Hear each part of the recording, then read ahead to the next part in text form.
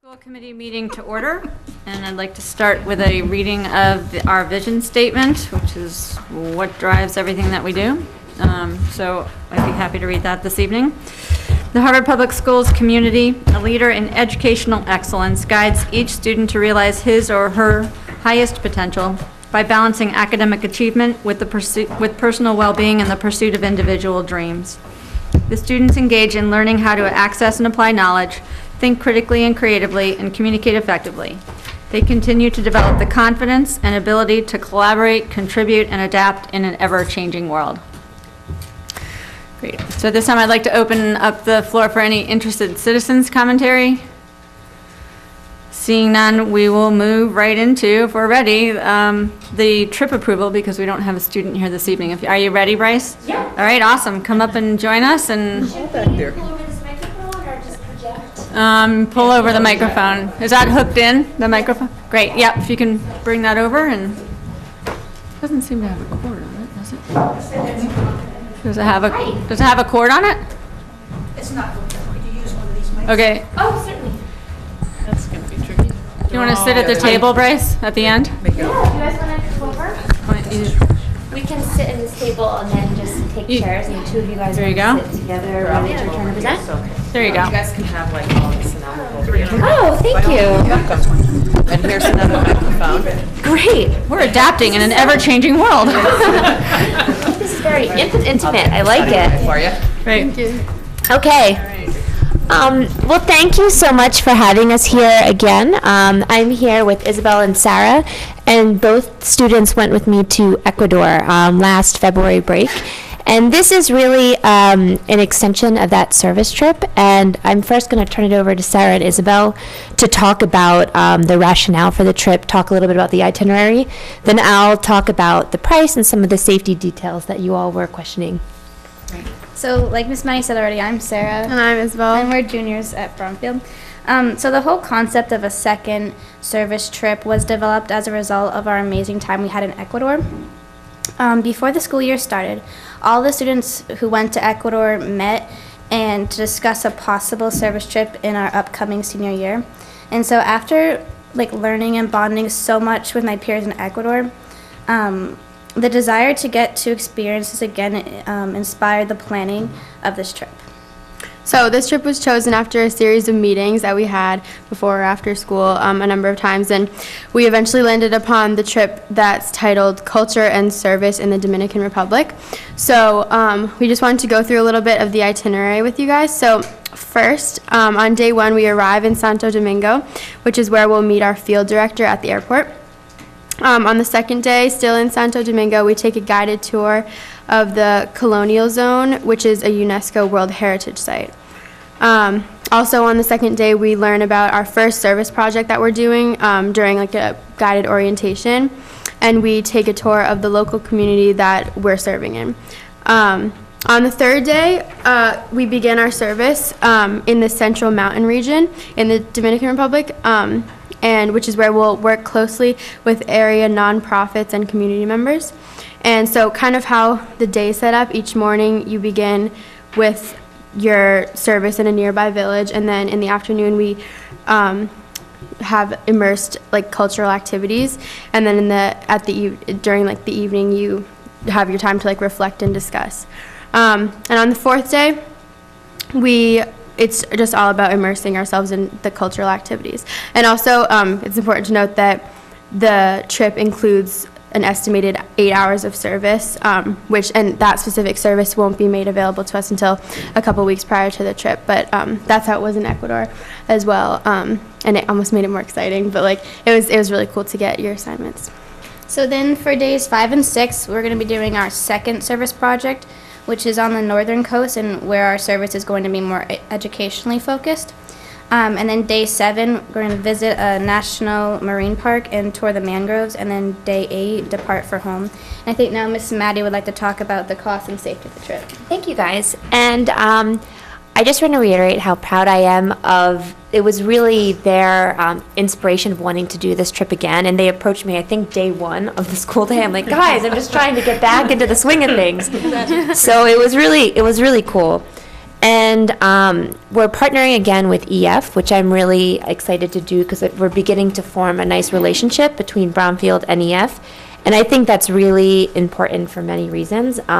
One of which I'm beginning to know the people who work at EF, and particularly one person, Alex Luther, who I've traveled with in the past, is the coordinator for all of these service trips. So he is the one who vets all of the service programs in the Dominican Republic.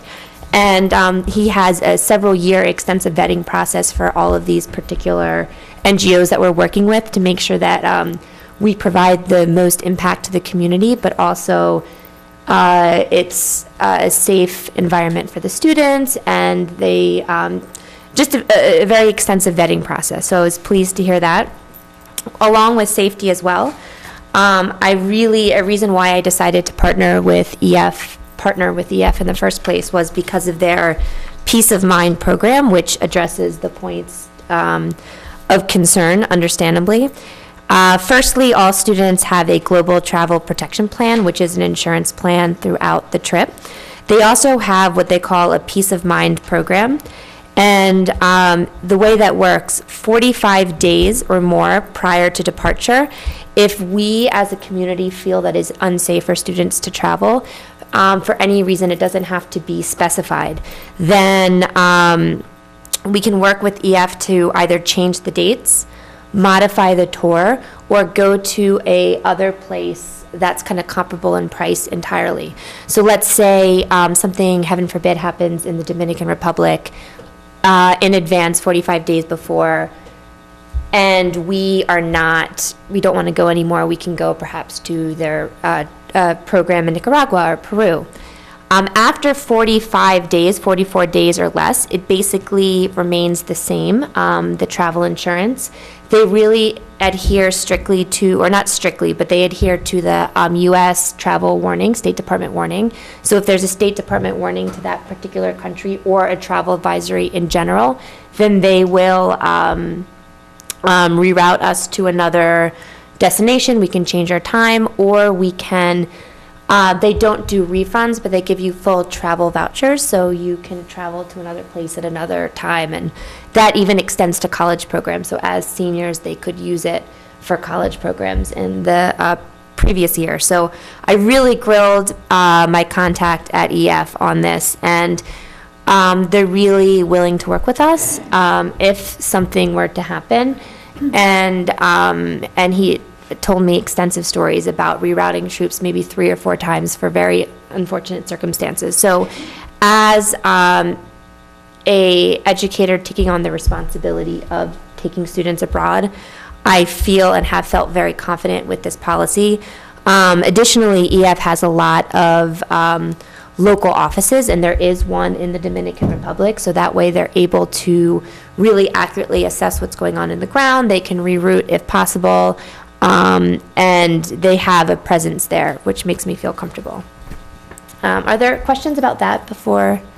So if this unfortunate thing, say weather related thing, so the individual student gets the refund. It's not like they're going to try and plan another group trip, or would they try to do that first? Well, that with weather, that actually happened with Iceland. I'm not going to try to pronounce it, volcano, several years ago. A lot of groups ended up rerouting if they were doing like a Paris trip or a London trip, and because of the volcano, they couldn't get there. Some trips went to South and Central America. There's actually one trip who went to, I think, Australia, but that was like a really lucky circumstance. Another time, a group was planning to go to Egypt, and then a few days before the Arab Spring happened, and so then they were going to be rerouted to Japan, and then the earthquake happened, so then they ended up rerouting to Paris. But we could choose, they could choose to, it's not a refund, it's a voucher, and that goes to the individual student. Okay. So let's say we don't want to be rerouted, and it's February and we're not interested for whatever reason to do the April trip, then those students will have those vouchers to use even into college. So Okay, thank you. you're welcome. So families are contracting individually with EF. The school is not liable per se. Correct. And in fact, when families sign up on this particular trip, they sign up through EF, and all of the payment goes to EF. So I kind of like it as an educator that I don't need to collect any money, and it all goes worked out directly with the company. The family is aware that, that I could cancel it based on safety perceived, among local leaders, and so, you know what I mean? Yeah. Okay. Yes, they particularly since we began traveling internationally, that's been one of the major stipulations of travel, and so that's one of my kind of disclaimer warnings to I families. see that's gonna be. Yeah. But that fact, I always want to keep that in mind, because I think that really kind of works nicely with their peace of mind policy. And and again, I think it's a nice part of having a relationship with the company and a particular person that I work with, that I think that there's something that can be worked out in like the very extreme situations. So they ran over the itinerary of the volunteering, and just to reiterate, we chose this particular volunteering piece because they were really anxious to put in more volunteer hours from last time, which is really commendable. They were like, we should kind of volunteer more than we did, and I'm like, I thought we did a lot, but I thought that was awesome. So we're volunteering in 2 separate facets in an environmental. We're doing environmental push again. We're not going to find out what our volunteer activity is until later, just so we are not thrown into somewhere where we're not going to have a lot of impact. And in the education piece, which is new for us, the trip is very loosely sponsored by Bromfield's Green Team, but it's open to anybody grades I guess this is for next school year. It's open anywhere to grades 9 through 12. But sponsored by the Green Team. The cost for the program is all-inclusive. It's $3,195. It includes let's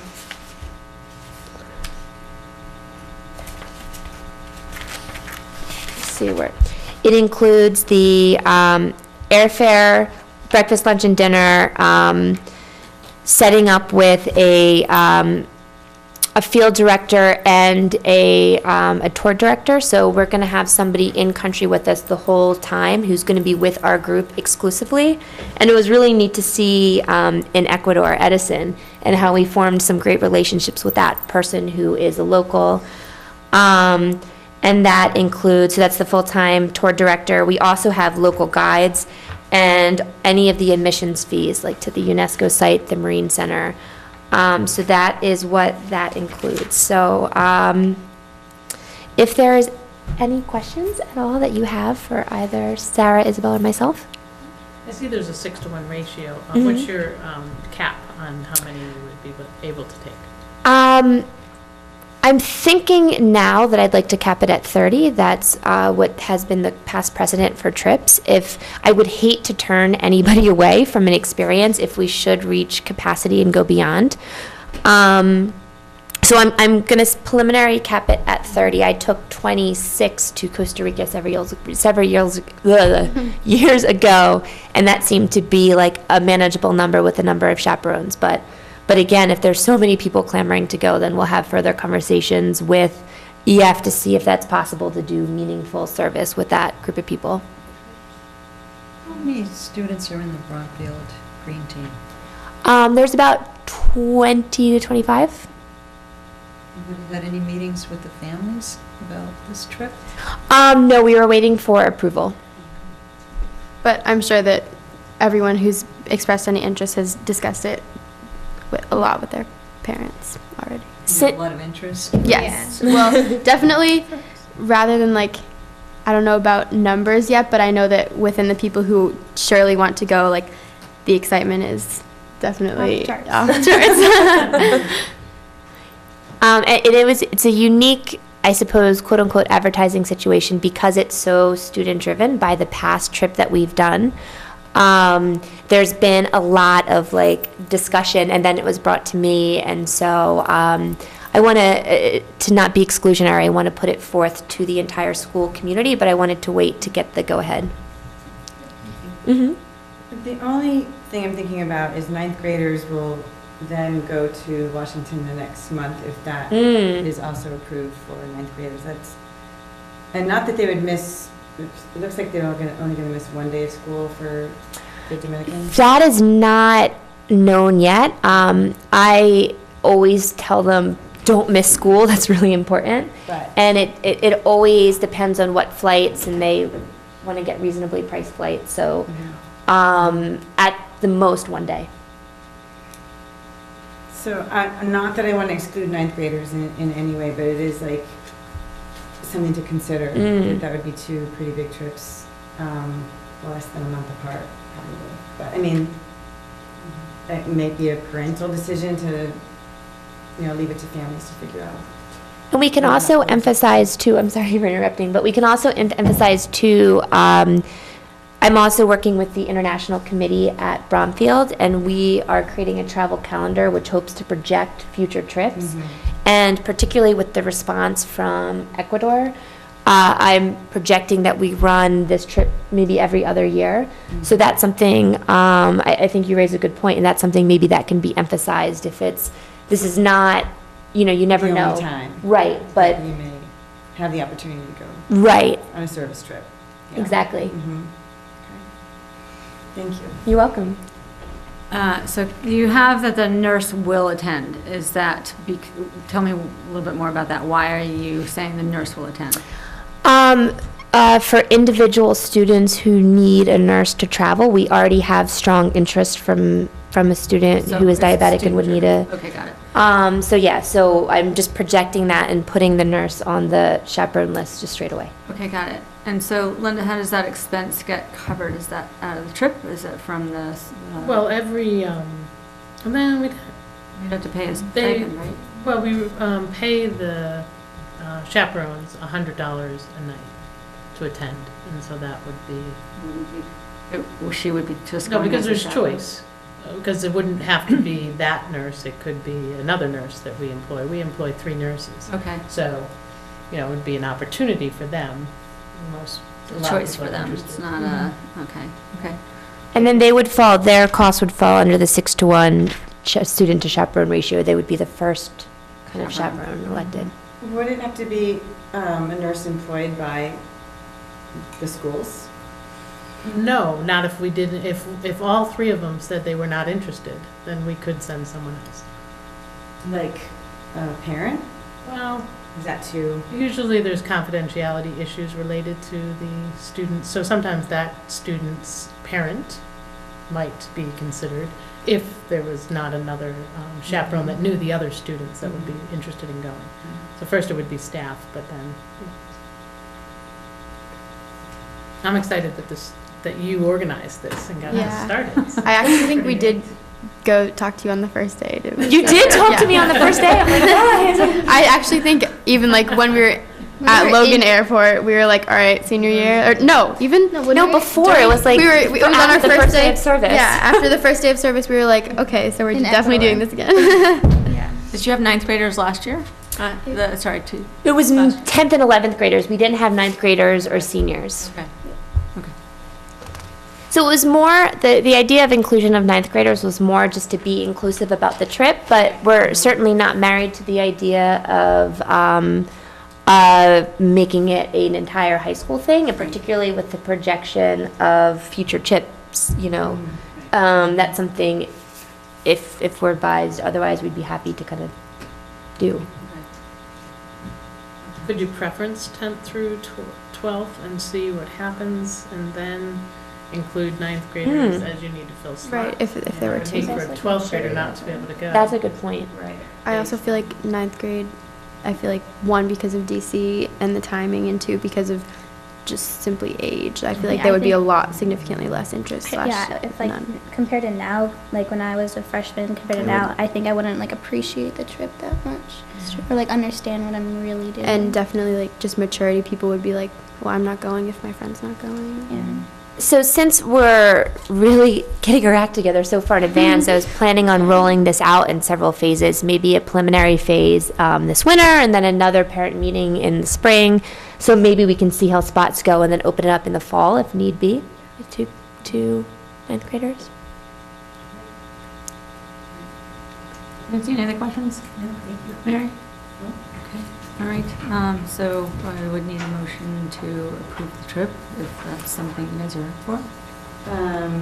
I move that we approve the Dominican Republic trip for 2017 as presented by Grace Maddie and Sarah Jobin and Isabel Quinn. Isabel. I'll second. All right, great. Any further discussion? All those in favor? Aye. Great, we expect a good report back at the end. Great, we'd love to. We were so excited to share with you guys last time. I kind of want to go. Are you a nurse? Sadly, no. Well, thank you so much for really appreciate it. Thank you. Welcome. Okay. All right, so now we have another trip. So my apologies, this material came late, so this material is not in your packet, but we're passing it around now. There's another trip for approval. And didn't want to wait. It's a trip happening in March, and I didn't think that we should wait until January, I believe, to, right. Thank you. Thanks. Great, so if you guys want to come forward, is Kristen here, or who's here? I can't see that far. All right, great.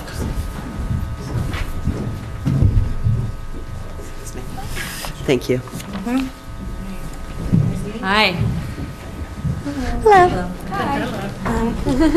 So just bear with us, because we're just getting this, and if members want to take just a minute to look through the packet, and then we'll have you guys introduce yourselves and go over the trip, that would be great. All right.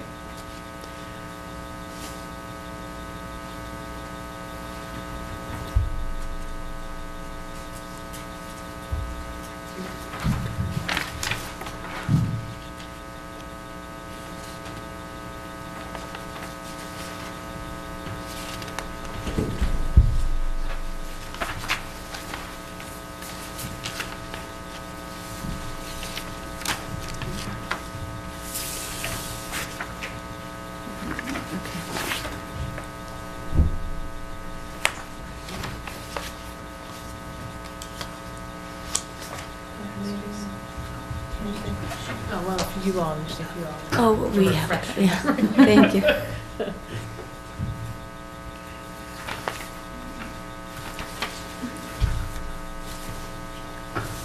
All right. Guys, need one minute.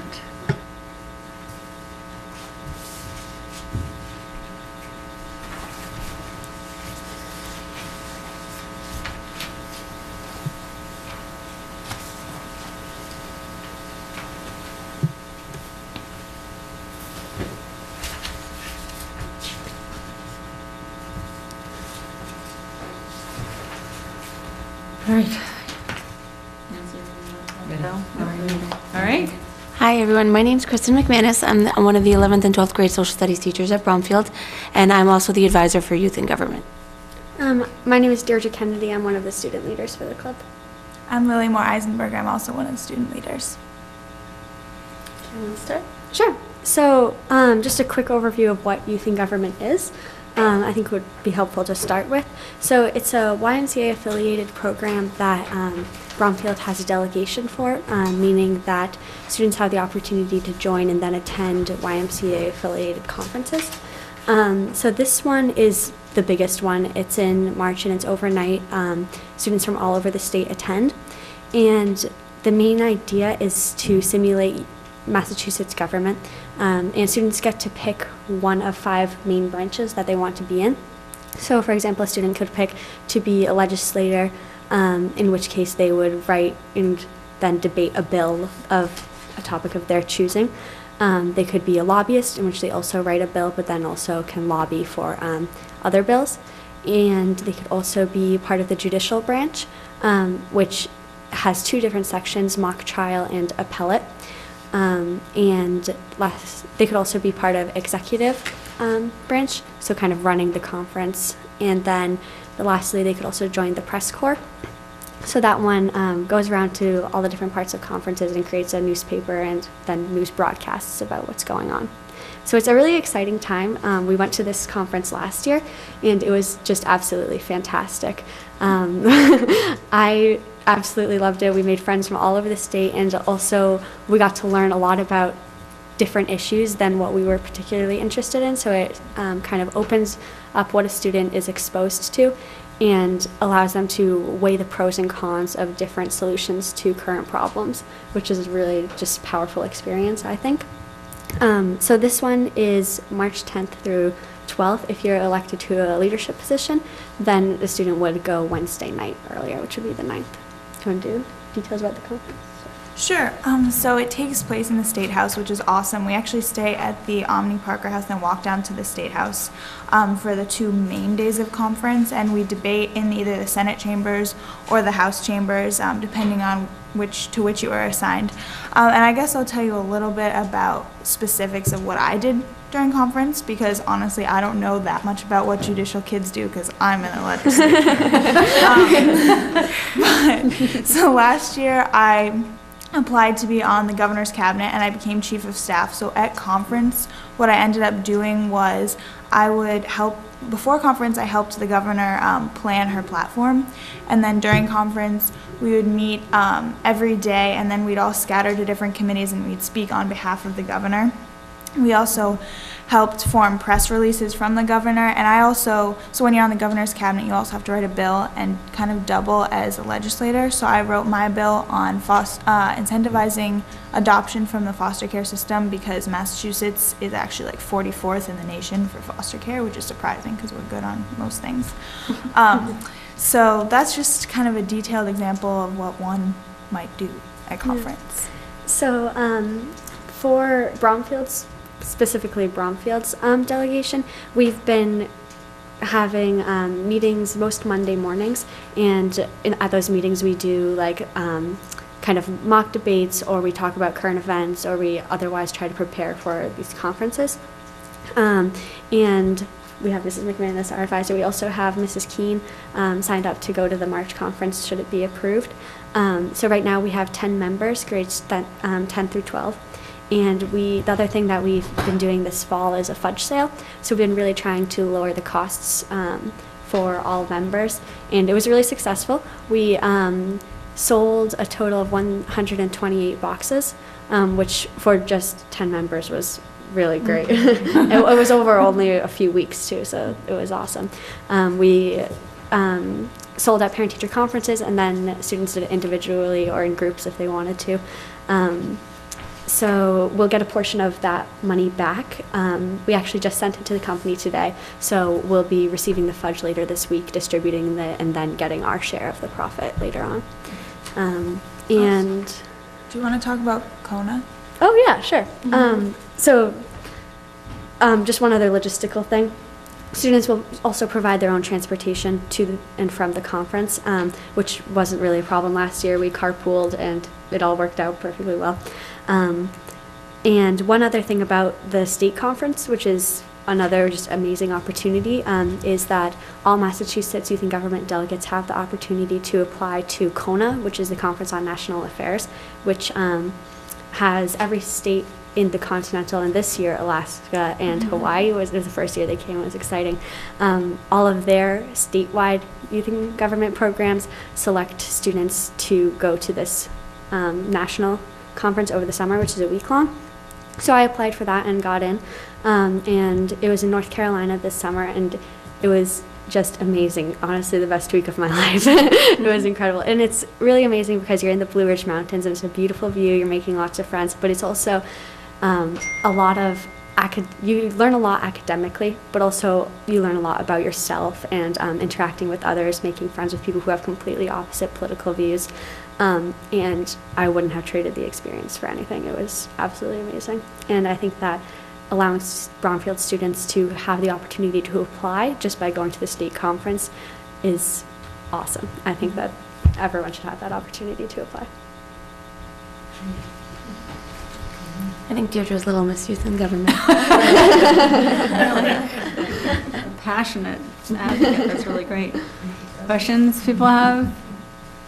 Oh, and just to add, it costs $450 per student, but we also applied for a grant from the Harvard Schools Trust, and we did the fudge sales, so we're hoping to lower those costs. Okay. So the fudge sales will be distributed based on how many the profits will be based on how many each student sold to get back what they earned. Last year you took, what, 8 students? Is that Or right? thereabouts. And so that you're looking at, did you say 10? Is that what I heard? Yes. 10 students this time. Great, okay. Mary, questions? Okay. What is Nancy? the name of the club? Youth and government. Youth and Government. And it meets on Monday mornings? Mhm. And are those the only students that would be eligible to go on this trip? Yes. You have to attend, so we also have pre-legislative conferences, and those occur on 3 Saturdays leading up to conference. And there's a state rule that you have to attend to attend the March conference because they're preparation. So no one else would be able to go to March conference other than the kids who are already in the club. I'm curious, how many boys and how many girls? Do you have any? Oh, one dropped out. Kayla and Yeah. Connor are the only boys. Yeah. That's right, yep. Yeah, and then so We had 8 one girls. drop out. So one boy? Two. Two boys. And 8 girls. Yeah. Massachusetts Youth in Government is definitely more evenly distributed as a whole. It just so happens that our delegation has a lot of girls. It might have been because girls started it also. And it was only started last year, so. So we're still kind of in the building process right now. I'm just curious, because I know the gender thing has been something we've been talking about. Yeah. At Bromfield, and the involvement of girls and boys, and Mhm. how it seems to be a little Right. skewed for some things. It is skewed by class, too. Right. There are more girls Grade. in those Yeah. groups. But Yeah, so right now we're not sure who exactly will be taking over next year. We're hoping it continues after we graduate. We're both seniors.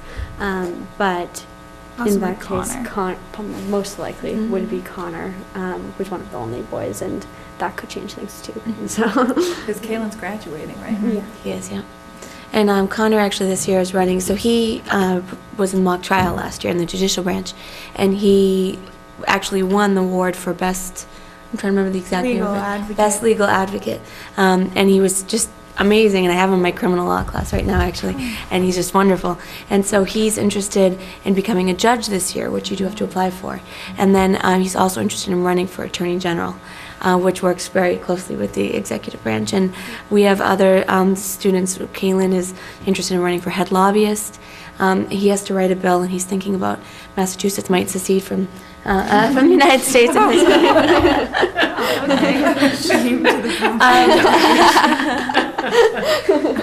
It's funny because students might bring up these bills. Like, for example, last year there was a bill about the domestication of foxes, and another one was about legalizing duels. And then you have, Lily's very serious one about incentivizing adoption. But it's funny because the students really get into the debate, and it's not necessarily about just. I mean, it has a lot to do with the topic, but then they really decide. Is domestication of foxes really the best for the state of Massachusetts? And sometimes those more debatable ones also get to go to constitutional review, Like which yours. is, yeah, like Deirdre's last year actually did, and unfortunately her bill failed. I had to leave early for SATs. Not this year, luckily. So it just provides, as an advisor, I've seen them grow so much as students, and I've had the pleasure of teaching them now for 3 years too, actually, and just seen the club grow and how they've sort of fostered it from its infancy, and so I love this program. And how was it last year, missing 2 days of school in March? It actually really wasn't that bad in my experience. Mostly because we did have a lot of warning about it, and we had been preparing for this conference all year, so I would have been fine with it. A lot of it is research, and you're doing a lot of academics there, so it feels like you're learning a lot. And in terms of making up work, I thought it was perfectly fine. You get home on Saturday and still have the rest of the day, Saturday and Sunday, to make up work. That's the main thing I would say, because with some other trips, you get back on Sunday, Sunday night, but we yeah. have like a whole day to make Right. stuff up, so. And I actually got a lot of work in advance and had it done beforehand. Yeah. So. Any other questions? Okay, someone want to make a motion? Okay. I move that we accept the proposal for the State Conference of Youth and Government at the State House and overnight at the Omni Parker House for our Youth and Government Club. Are you guys a club? March 10th through 12th, 2016, as presented by Kristen McManus, Deirdre Kennedy, and Lily Miles. Great. Second it. All right, any further discussion? All those in favor? Aye. How'd we do? Great, have a great time. We would love to have you come back and explain or let us know how it went. Absolutely. Okay, great. See if we have boys sign up. Can't now, can we? Thank you. Thank you. Future president candidates there. I hope Kaylin's not too successful, because I really don't want to leave the country. All right, great. Now moving right into Linda, the superintendent's report. I'll give you a minute. How's that? Welcome, person. Jennifer. Should I be moving? Soon. I can move. You're fine, you can stay there. Name tag. Sure. Can you hand me her tag? Yes. There we go. Thank you. Maureen. Okay, start with the student advisory meeting, which was held last Friday morning. We had 5 students get up early to meet us at 7. And I thought it worked well that we had given them some topics ahead of time. Actually, Susan Mary had done that. And so they had a bit more to say about it, I think, than we've seen in past meetings. So I just put a couple of the topics that were talked about.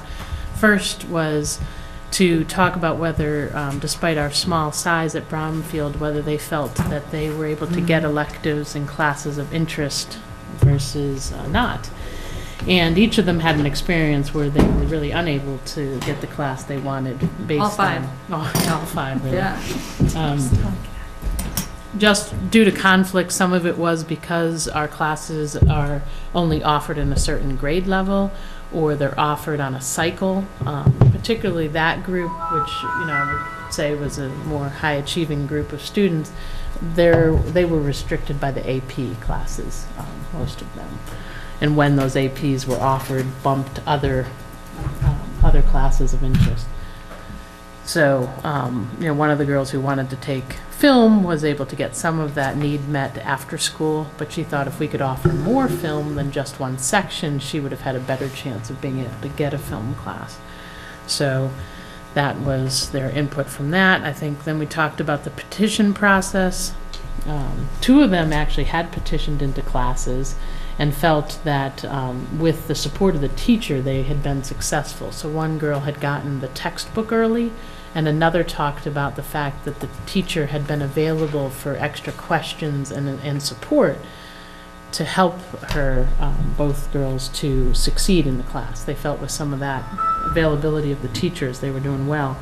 They thought a grace period was a good idea, just in case all the extra support of a teacher still didn't help a child be successful, and perhaps an opportunity to move into another class.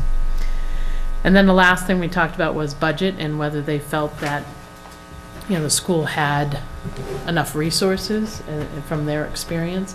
They talked about wanting more, or loving the water fountains, the new water fountains, and got a little bit into technology. They, I would say they didn't really see how their classes would be taught differently using technology. They were really thinking about whether they would use it in the current way classes are taught. And so it was just overall a very interesting discussion. Any questions about that meeting?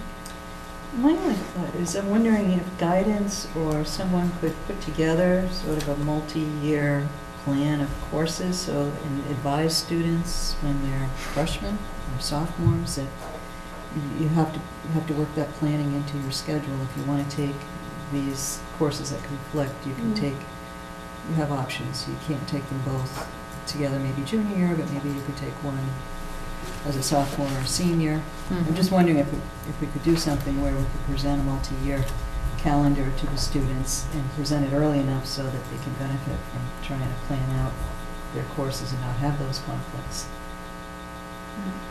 They do some of that, right? They do. I think they do. But, like yoga wasn't always. Right, that's Film new. is new too. Both Yeah, of them. so maybe it's just, the newness, it's not done with those courses, or maybe they are doing it and you just don't know it. Well, then one of the AP courses didn't run because there wasn't enough interest. They had to switch streams. So I think it's a good idea, and I think that they kind of do some stuff, but if there's a way of improving that process for the kids, then they can really know what they're headed for. That'd be great. Power School might assist us with that, and so I can yes. also work on that. Yeah. I'll talk to Scott. Scott's planning to take a crew of people who are involved in scheduling to a training of how Power School could be used more effectively. That may be a way. I was curious too that, we learned that AP English is only offered to seniors. Right. And yet one of the girls had wanted to take it as a younger student, so it's just interesting. Yeah, and some of the things are, the conflict is really that, like, for example, chorus. Chorus is when chorus is. And if you happen to have other courses that the levels only, there's just not a lot that they can do for those kinds of one-shot courses. So even if you proactively plan, that's a moving target every year, and Scott is like making those changes and fitting that puzzle together over the summer to make the maximum number of students be able to fit into that slot based on, the configuration of different individual schedules. It's really tricky when you only meet once for certain classes. Yeah, Kirsten, that's a good point. One of the students mentioned that they were really happy band was offered before school and hoped that with the new band director, with Mr. Reynolds retiring, that would still remain because it's the only way he's able to fulfill his band interest instead of during the day. So our before and after school time sounds critical to students who want a little extra different experience too. So it's good. So just FYI, our next meeting with them is March 4th. So sometime in February, we should get topics to them for that meeting for discussion. So I will keep that in mind for a future meeting. Those are great topics. Well, we had decided on them already, so it was good to have. Next is that Tim, Lorraine, and I met to review the finance director's job description and to discuss moving forward with that hire. Lorraine, you can speak, but you're already networking for people who have experience in both school side and town side. Yes. Which is encouraging. And you're updating the MOU, which we found was from the 90s, which is pretty outdated as to what the function is of that job. First of all, the MOU describes some super person because of the list of many. Like the person has no staff anywhere, just does everything. Yeah. That sounds like you. Oh, yeah. But, it was written before anybody was doing it. Right. So I think that's part of it. Yeah. Just Be throw updated. everything in there and then see what really sticks. Right. We would scare Now we know somebody it's if we stuck. handed that out. Oh, yeah. Oh, yeah. It was agreed, Tim, we talked about the need for, person to be at the Brownfield House half the time, and he's okay with that. And so we're going to continue reviewing the job description, and then, whoops, there's a typo there, and bring the draft to the school committee before that goes forward. Okay. Hello, traveler. When do we anticipate actually posting for the job? In January at some point. Okay. So we can bring that to the January meeting. Before then, you'll perfect the Vulcan mind meld and Jennifer. Thanks. Okay, great. I think that you know, as I had spoken before about the increasing needs at the school for different aspects of the budget, and we talked about whether it was time to kind of separate those two jobs. Lorraine's feeling confident that she'd be able to find someone with both experience, and Tim and I talked about if we proceed that way and it finds that it is not possible for a person to do that with not the experience Lorraine's had on both sides in our town, then perhaps we'd look at a different configuration for the future of the next year. Calendar committee has met and really come to consensus on the recommended calendar for the next year, but it hadn't been given out to the rest of the faculty for further input. So I wanted time for that to happen, and then I will bring a calendar with, that's been recommended to you for your review and consideration. There's been a standing committee working on the educator evaluator agreement, which went into effect, I think 4 years, at least, no, probably closer, almost 4 to 5 years ago. And that was always meant to be reviewed and changed and updated after a certain period of time. So it's time now, and we're working this year to go through the language and then to include the additional parts, which include the district-determined measures and how those are collected and reviewed, and then also the student feedback, which was a part of the agreement. So we'll bring that to you when that's finished. Question on that, is there a school committee member on that committee? No. I don't think there was originally either, was there? I went to those meetings, I don't remember. Where's a subcommittee of some educator evaluation, but I don't think it was that. I don't believe so. The language we adopted back in that first agreement was really DESE's full language. Now there's tweaks and turns to it that are more about our experience with it. So that'll be interesting. And then I just gave kudos to Martha Brooks and her, all of the students that worked with her. Over 50 students were in Les Mis, and it was amazing. Really, really well done. And I think 2 members here had children, right? Yeah. Well, one of mine was in the tech part. All right, well, that counts. There you go. Right. Would have been hard to do without all that tech. Impossible. That's great. All right, great. Any questions for Linda on the superintendent's report? All right, so we'll move into the approval of the HST grants. Oh, yes. We got that letter today. Okay. So I have it here. Give you a moment to read it.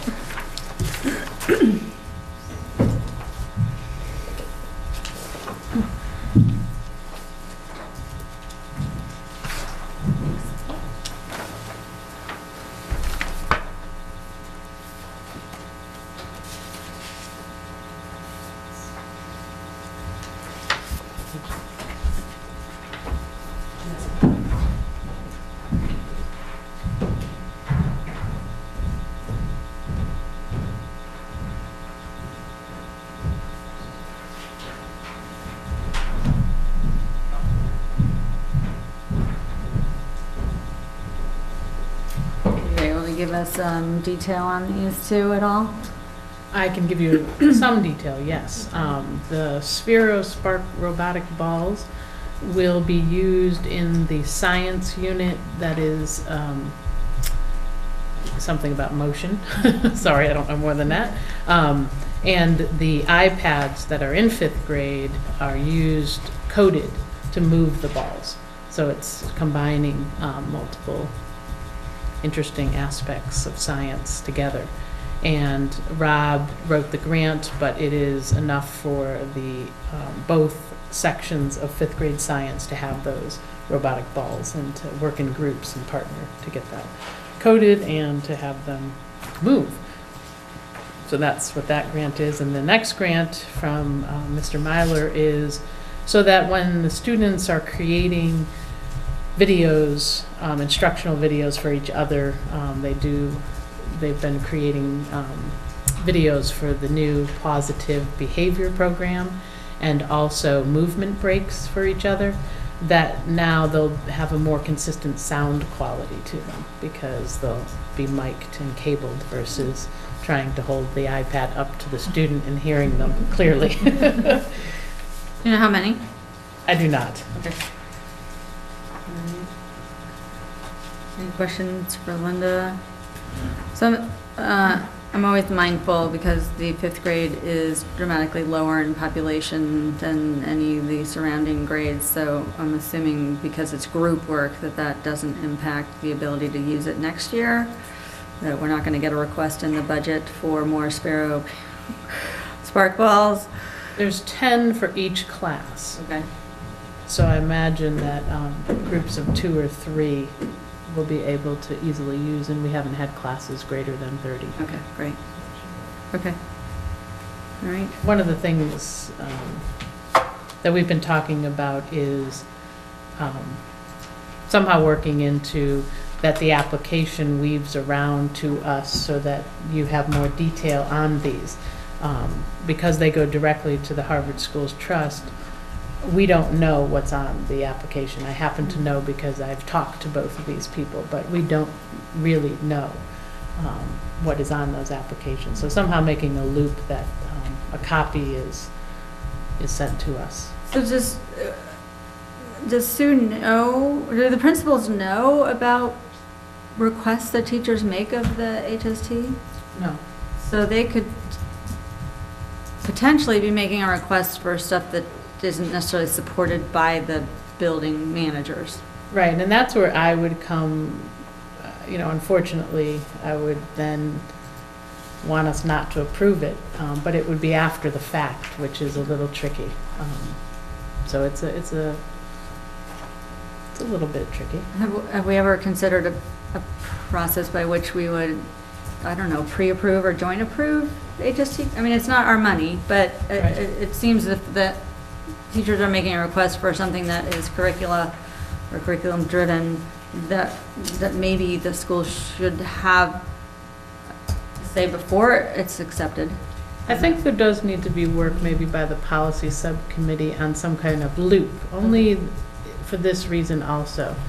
The letter of approval, the teachers are informed of the approval. Yeah. And sometimes go and buy the product before it comes to this committee for approval, which would be really awkward if at one time it didn't mesh with the situation. Yeah. But in terms of having the administrators on board, couldn't you just work with HST and ask them to add a line onto their form that gets signed off by the principal when the teacher submits their request to the trust? Absolutely. That way they can see that it's already been endorsed by the principal. I know there's a history with this process, and I know this has come up before, not when I was part of this committee, so that's like more than 6 years ago anyway. And there's some history here that might be interesting to check out with someone that's been on the Harvard Schools Trust for a while. But I know there was something with this process that was deliberately put in this way for some reason. But so maybe getting some of that history as to what the reasons were behind it. Right. But because this has come up before. I'm sure. And I just can't remember what that history is. Okay. So I applied for an HST grant as a parent. And students do, and parents do. I don't know if that makes any difference, but I seem to remember I had to put like a contact, like Pam Alexander was. I was in an athletic situation, and so she was on as, I don't know, an advisor to me, or like that was who I was going through to get, apply for the grant. But maybe it's different for when parents apply that aren't, not really affiliated with the athletic department. So. It may have to come school side where there's a guideline or a, even if, can just be more blanket about grants being written to anywhere. It wouldn't just have to single out Harvard Schools Trust, but that there is some process of reviewing it with the principal. In most cases, the principals are aware.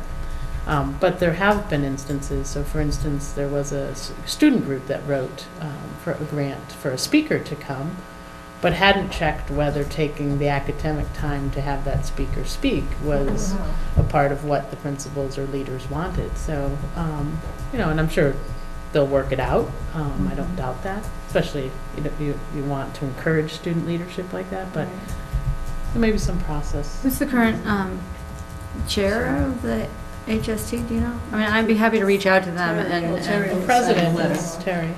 Terry Smula? Yeah. I'd be oh, there it is, I'm looking at the bottom. She's been there a long time. Yeah, I'm happy to reach out to Terry and understand what the process is and if there was a discussion about a check and balance, so that if members want me to do that, I'm happy to do that. Okay, all right. Seems kind of basic. Right, all right, in the meantime, Yes. we need to Very generous. or accept or not accept these gifts. I move that we accept the generous gift from the Harvard Schools Trust for the Sphero SPRK robotic balls for $3,839 and 100 and the iPad microphones and cables for $239.52. Great. Is there a second? Second. Any further discussion? All those in favor? Aye. Aye. Great. Wonder if you could send the requisite letter of thank you, and I will reach out to Terry to begin a discussion to see what makes sense, instituting some sort of check and balance. Great, thank you. Okay, next we have an update on the science labs. Linda, you're getting all the heavy hitting this evening early. Well,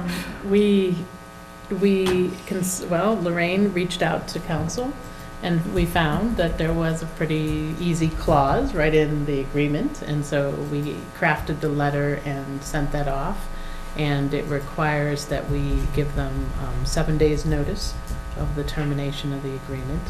And it seems as if we have paid up to date, and so we're not expecting any additional bills, but we do have that time to get out of the agreement. And meanwhile, you know, we're going to pursue some other avenues with other HVAC vendors and see what suggestions they come up with and how to move the project forward. Keep our fingers crossed for the transition. All right, thanks. Any questions on that? Anybody? All right, great. Let us know how it goes. All right, great. So now we have some policies that have been worked on by the policy subcommittee that are coming forward.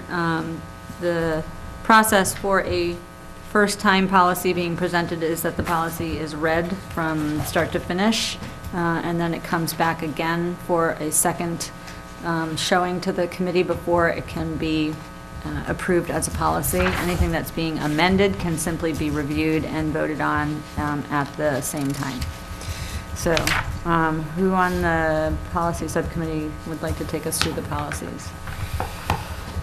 Let's say. I'll do, well, it's the first one, the security camera. Yeah.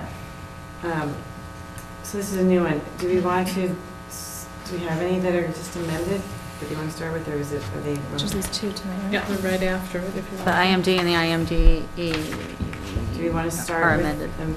Well, just go with the camera, but you need to read it from start to finish. Okay, all right. I'll do that. Security camera system policy. 1, purpose. The Harvard School Committee supports the use of video cameras throughout the Harvard Public School District for the purpose of enhancing school safety and security. Our goals are to promote and foster a safe and secure teaching and learning environment for students and staff, to ensure public safety for community members who visit or use our school property, and diminish the potential for personal and district loss of destruction of property. Security camera recordings will be viewable by a limited number of appropriate and authorized designees. General statement of policy. Signage and notification. Appropriate signage will be posted at major entrances to school buildings that notify students, staff, and the general public of the district's use of security cameras. Students and staff will receive additional notification at the beginning of the school year regarding the use of security cameras in schools and on school grounds. Such notification will include, but not be limited to, employee handbooks and student handbooks. Signs will be posted in public entryways to the buildings and other conspicuous locations, informing persons that the buildings and grounds may be under video surveillance. Posted signs will read surveillance cameras in use for security purposes. Camera placement. The security camera system is installed in public areas only. These areas include school buses, grounds, athletic areas, exterior entrances or exits to school buildings, and large gathering spaces such as classroom corridors, cafeteria, lobby, and main entries. Restrooms, changing rooms, private offices, nurses' offices, and locker rooms are excluded from security camera use. Security camera usage is prohibited in any space where there is a reasonable expectation for privacy. If cameras are added to buses, the guidelines defined in this policy will apply. Use of video recordings. The superintendent or his/her expressly authorized designee shall oversee video surveillance.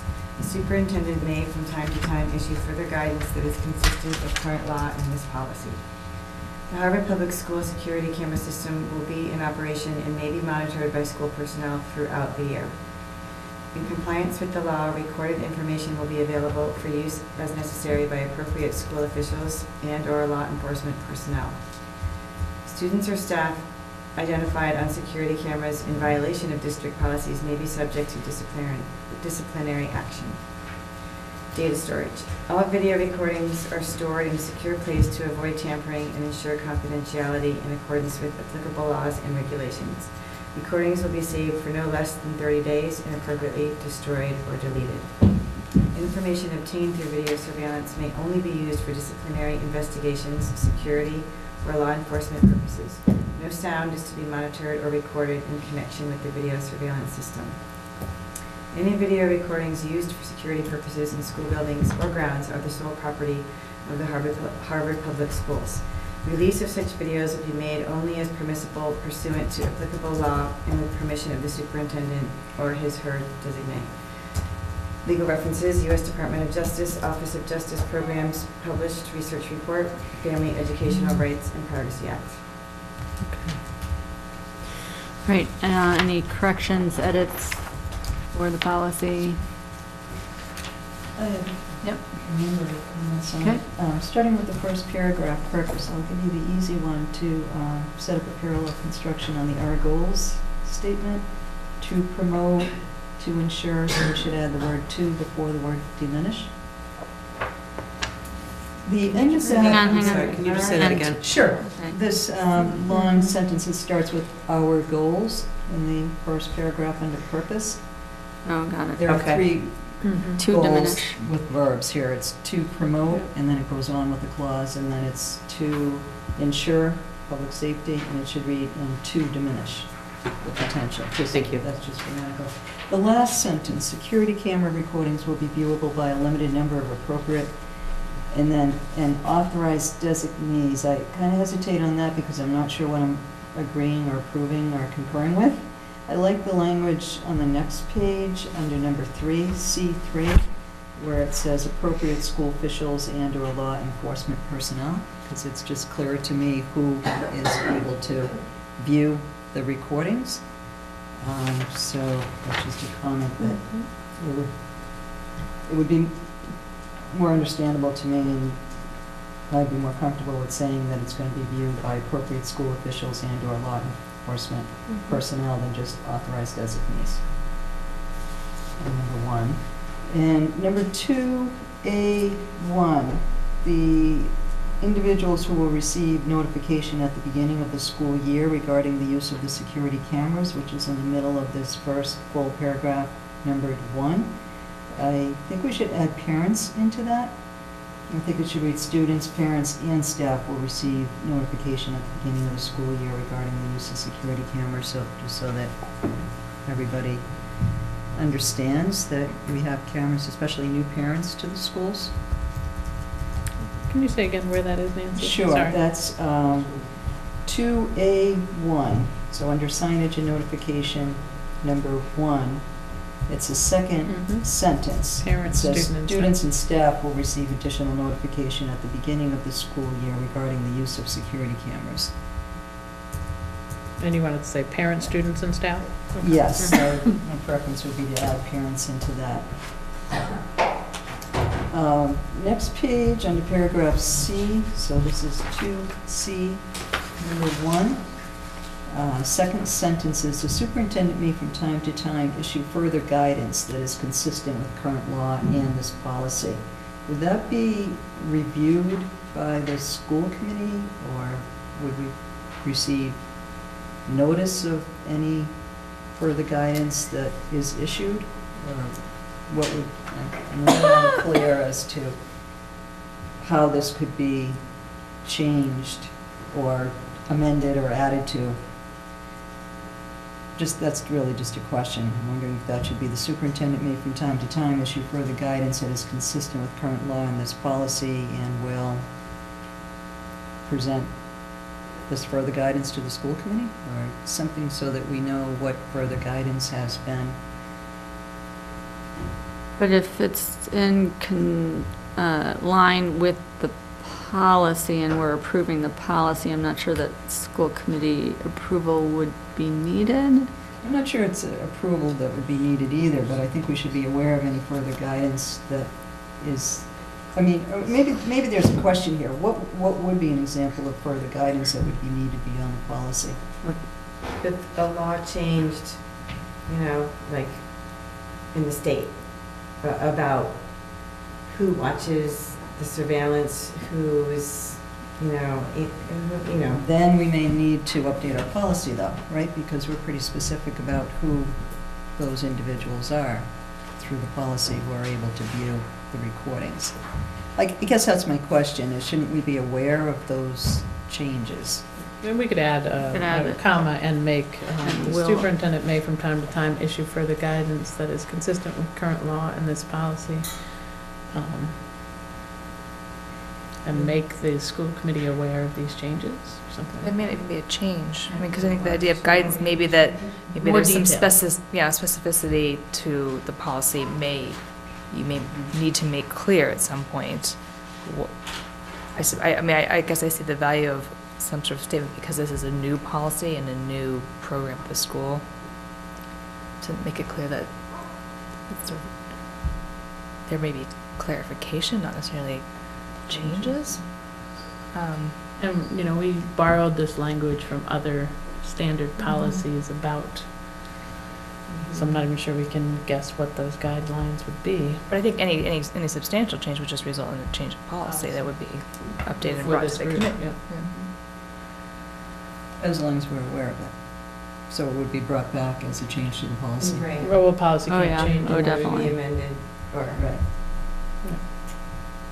Okay. So isn't the point of number 1, as I'm reading it, it's about Overseas who is video. actually seeing this, you know, overseeing the video surveillance, it's the who, right? So. I think that's part of number 2, also under C2, where it says that the system will be in operation and may be monitored by school personnel throughout the year. So I think there's a question as who those school personnel. In another place, I think it said appropriate. In the Next one. In the next one, in 3, it was appropriate school officials and/or law enforcement personnel. But in 2, it's just school personnel. But if it's in compliance with the law, you have to make it available. I think when we were thinking about this one, I think it's more likely that school personnel are going to be monitoring this, and then if there's something concerning, then the law enforcement will get involved. So they're, you know, we're not going to bother them with this or that, something that it doesn't concern them, but have to include them on some level, obviously. We could add the word authorized to make it clear, again, to be consistent with this idea if they're authorized by. And then who are they authorized by? Would it be the Superintendent. Superintendent. Is that in there that he or she, superintendent, is the one who She's- authorizes? Yes, That is in there. that's number 1 under C. So it just, I interpret number 1 as it just allows the flexibility if Linda needed some additional assistance, that she's able to get that as long as it's within the current law. Like, So it allows her to get help as she needs it within the law for any given situation. Okay. Number 4 under C, I think, is where we had some comments at the meeting over at Bromfield about parental notice related to the disciplinary action. It says students or staff identified on security cameras in violation of district policies may be subject to disciplinary action. Should we add a statement saying parents will be notified? Well, it would be under our disciplinary action policy, which would be where, that's in the handbook. I mean, do we need a different, do we need another statement about the disciplinary policy when that's a separate, that has its procedure anyway?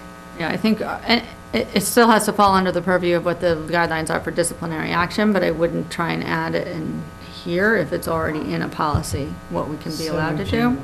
Add it in the disciplinary action policy that also covers now the information that is.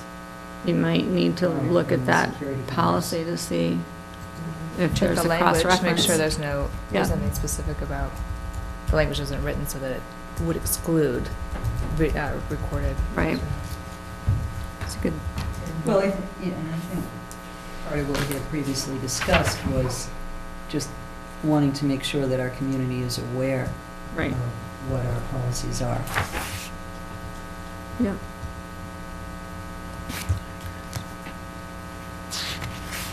Okay.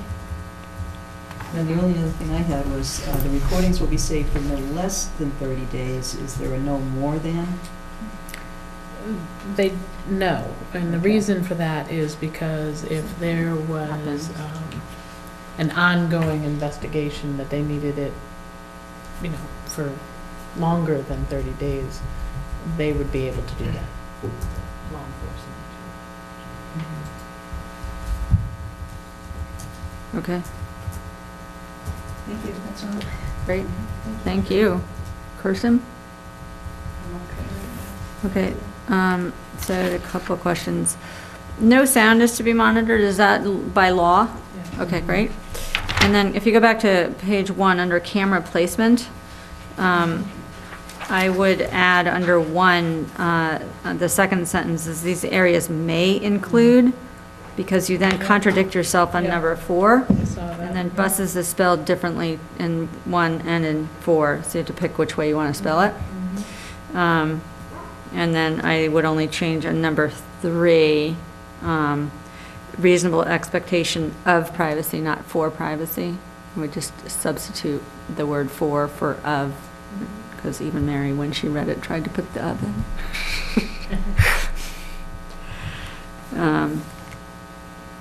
I think that was it. That's all I had. I did have a thought on the data storage one. Recordings will be saved for no less than 30 days and subsequently appropriately destroyed / deleted or at some point. I don't know, maybe you don't even need it. It just seemed to read funny. Right, because it doesn't give you maybe when that would happen. Yeah. It's normally going to be a 30-day mark, but if there's a reason that something's happened, that they've got to save it longer than that, they have that opportunity. But it is going to re-record basically over itself. And appropriately destroyed, deleted when deemed no longer necessary, or when no longer needed, or It's just a regular cycle, Less. right? Like it's just automatically deleted unless it's It is pulled out and automatically saved. unless it's saved, yeah. So it kind of makes it sound as if someone's actually going in and choosing to delete it. And when will it's not then their be choice. appropriately destroyed or deleted unless needed for.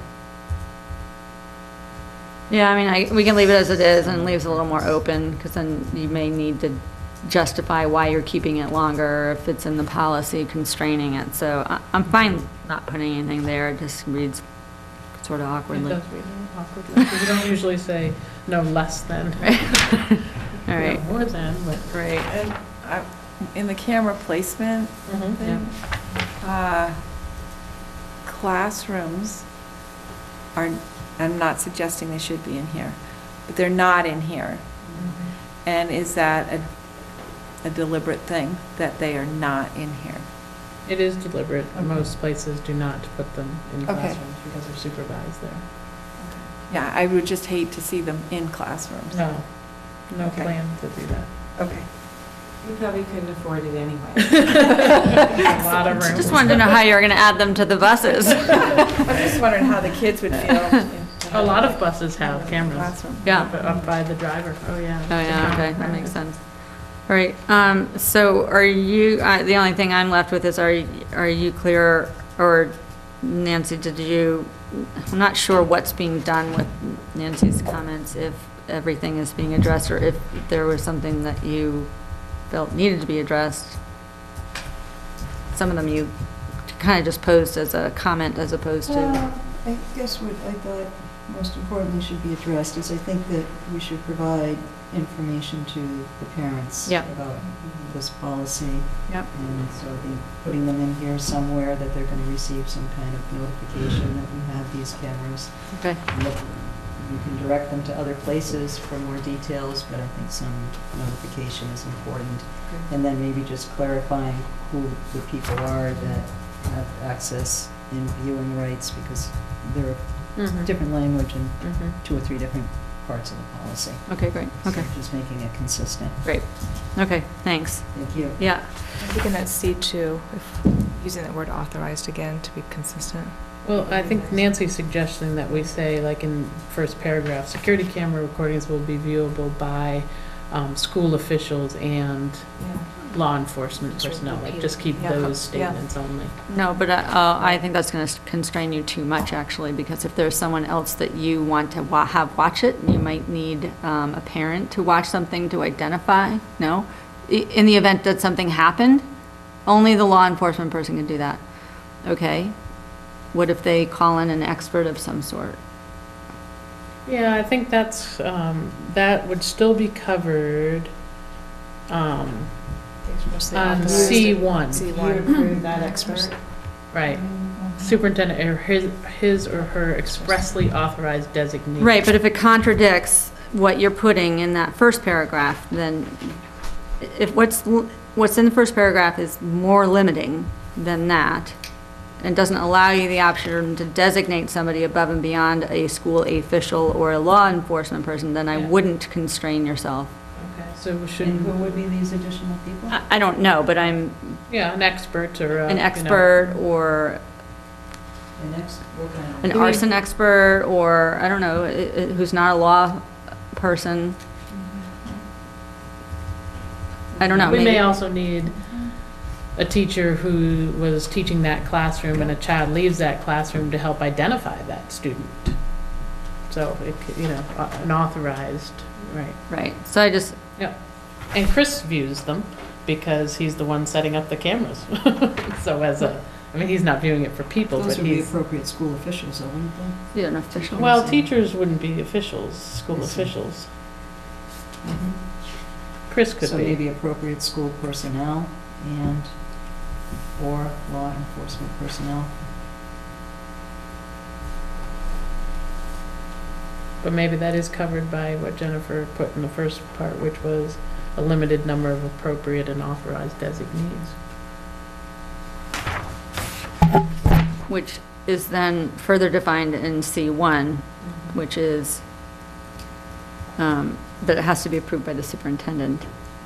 Right, so that feels limited to me, where there's this idea of authorization. To me, the work, it's a little loosey-goosey as C2, where it says maybe monitored by school personnel throughout the year, where there's not, all of a sudden it seems broader there, and I feel like that's where the language needs to be tighter.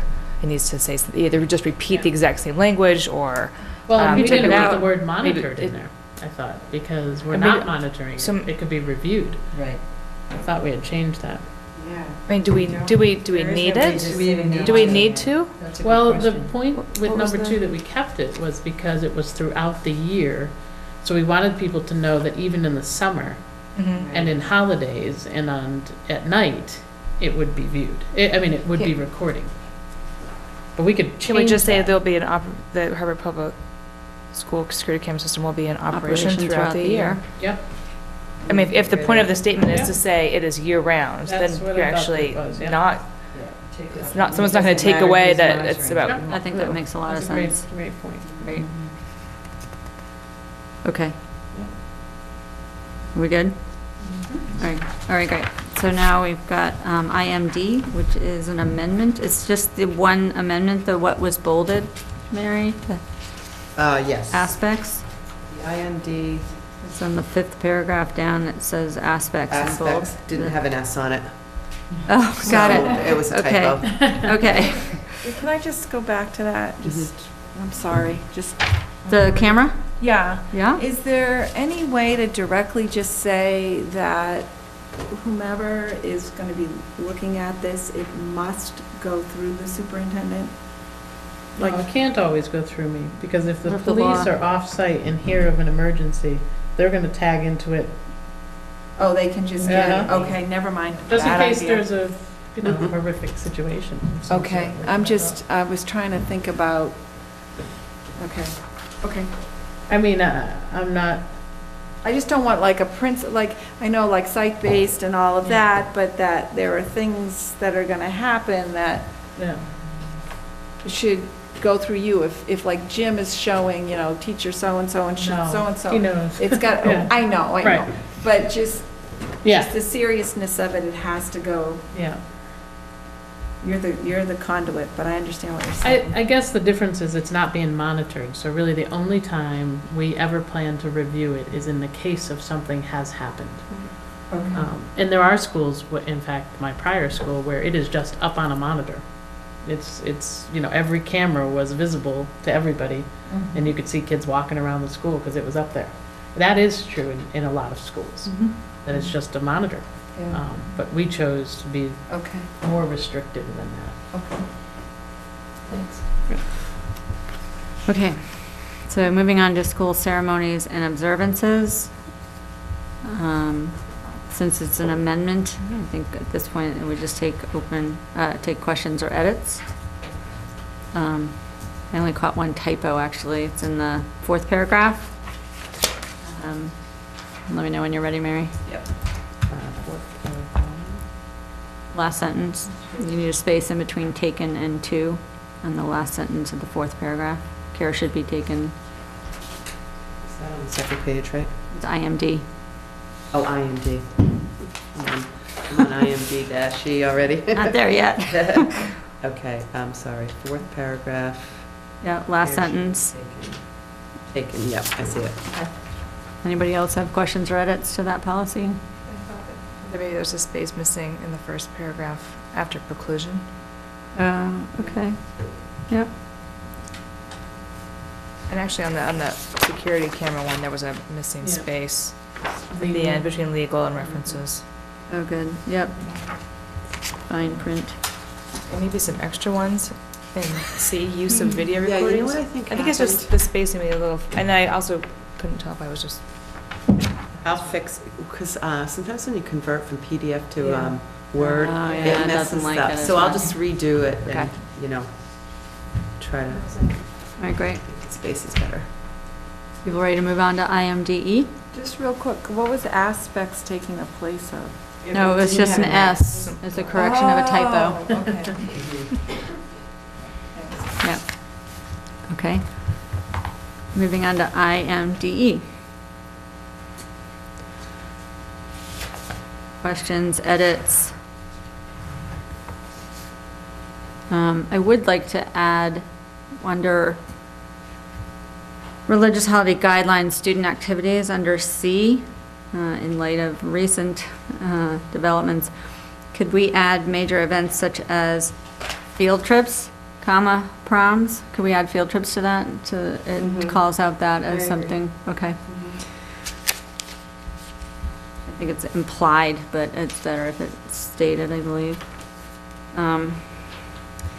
And then I took the time to look at, because I wasn't sure this fit the actual vote. So the vote that we had was, a school committee member made a motion and another one seconded to instruct the policy subcommittee to amend a policy IMDR.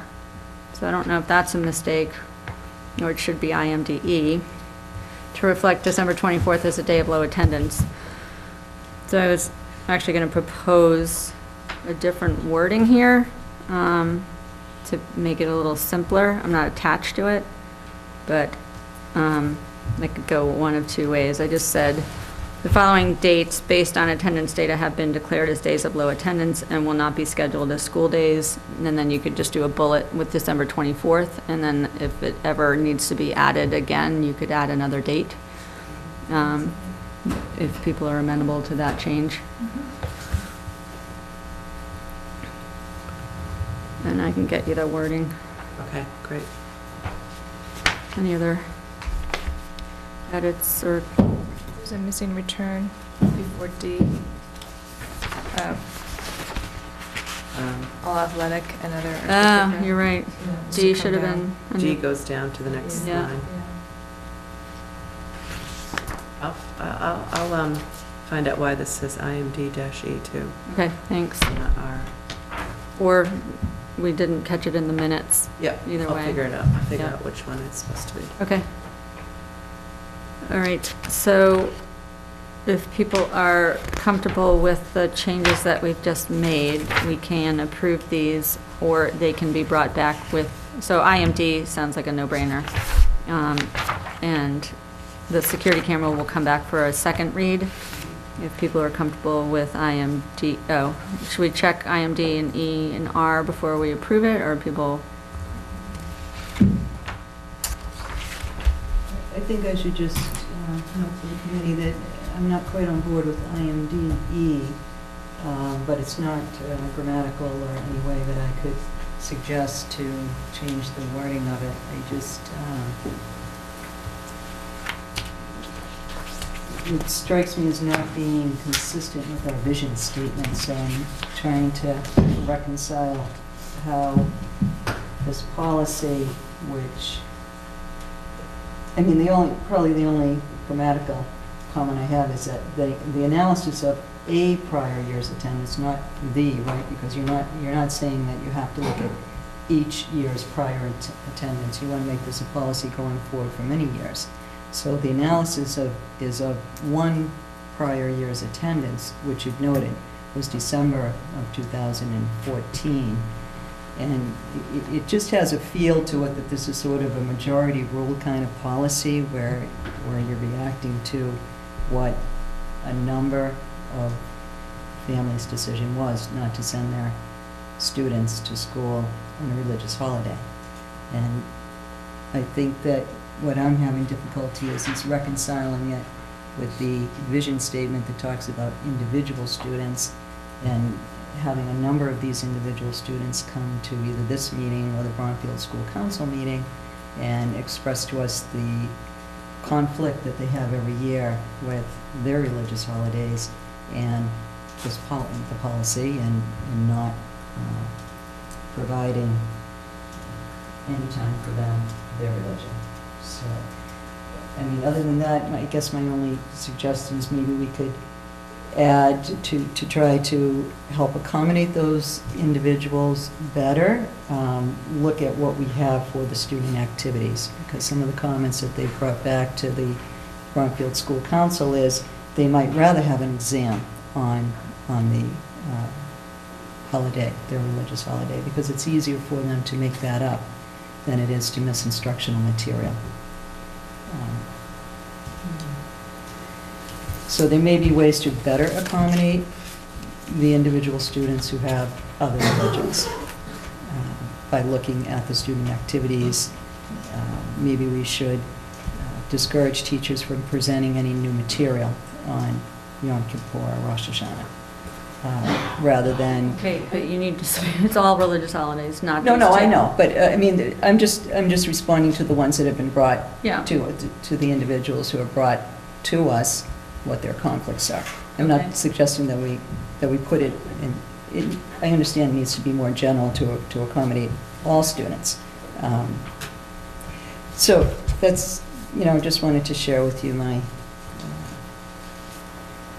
Yeah, so. struggle with this particular one in terms of an approval at whatever point it goes forward for that. Well, you're welcome to abstain or Sure. to vote against the change. You're also welcome to request that this get reviewed through, perhaps through student council to see what would work.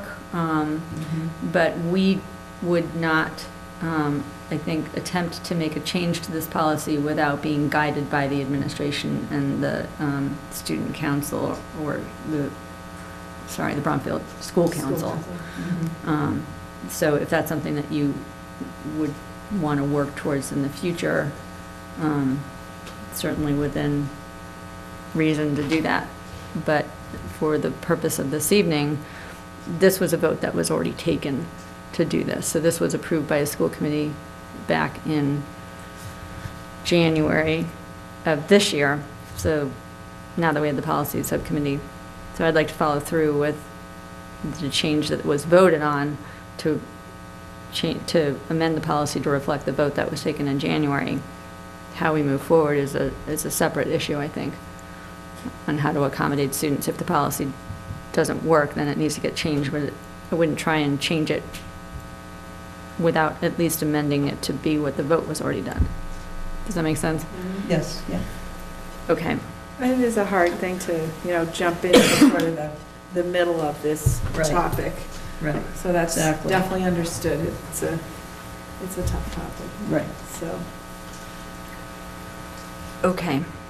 So, Can you read your language again? yeah, so mine was, the following dates, based on attendance data, have been declared as days of low attendance and will not be scheduled as school days. Right now, we have December 24th.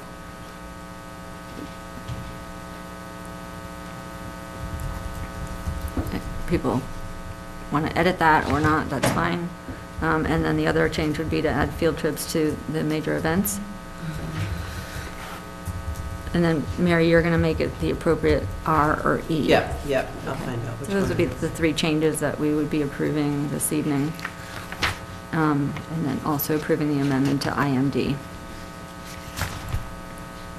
So, someone want to make a motion or a suggestion?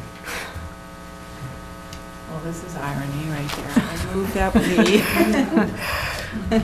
that we approve, well, do you want me just this one, or do you want me to do the amended ones? The two that we just amended, Yeah. because the camera needs to come back anyway. Okay. So I move that we approve school ceremonies and observances file IMD as amended, as well as the guidelines for religious holidays, file IMD, either E or R, we're not clear, but Mary's going to check that, as amended. Is there a second? Okay, any further discussion? Okay, all those in favor? Aye. All those opposed? And any abstaining? I'll abstain, thank you. Thank you. All right. So subcommittee will bring that camera back with our edits and suggestions. Great, thank you.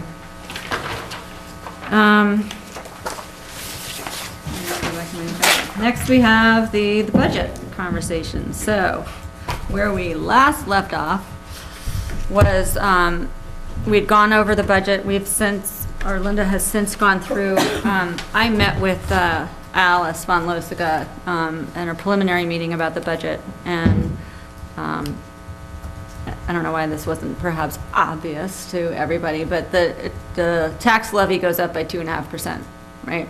Every year, 2.5%. That's the maximum it can go up.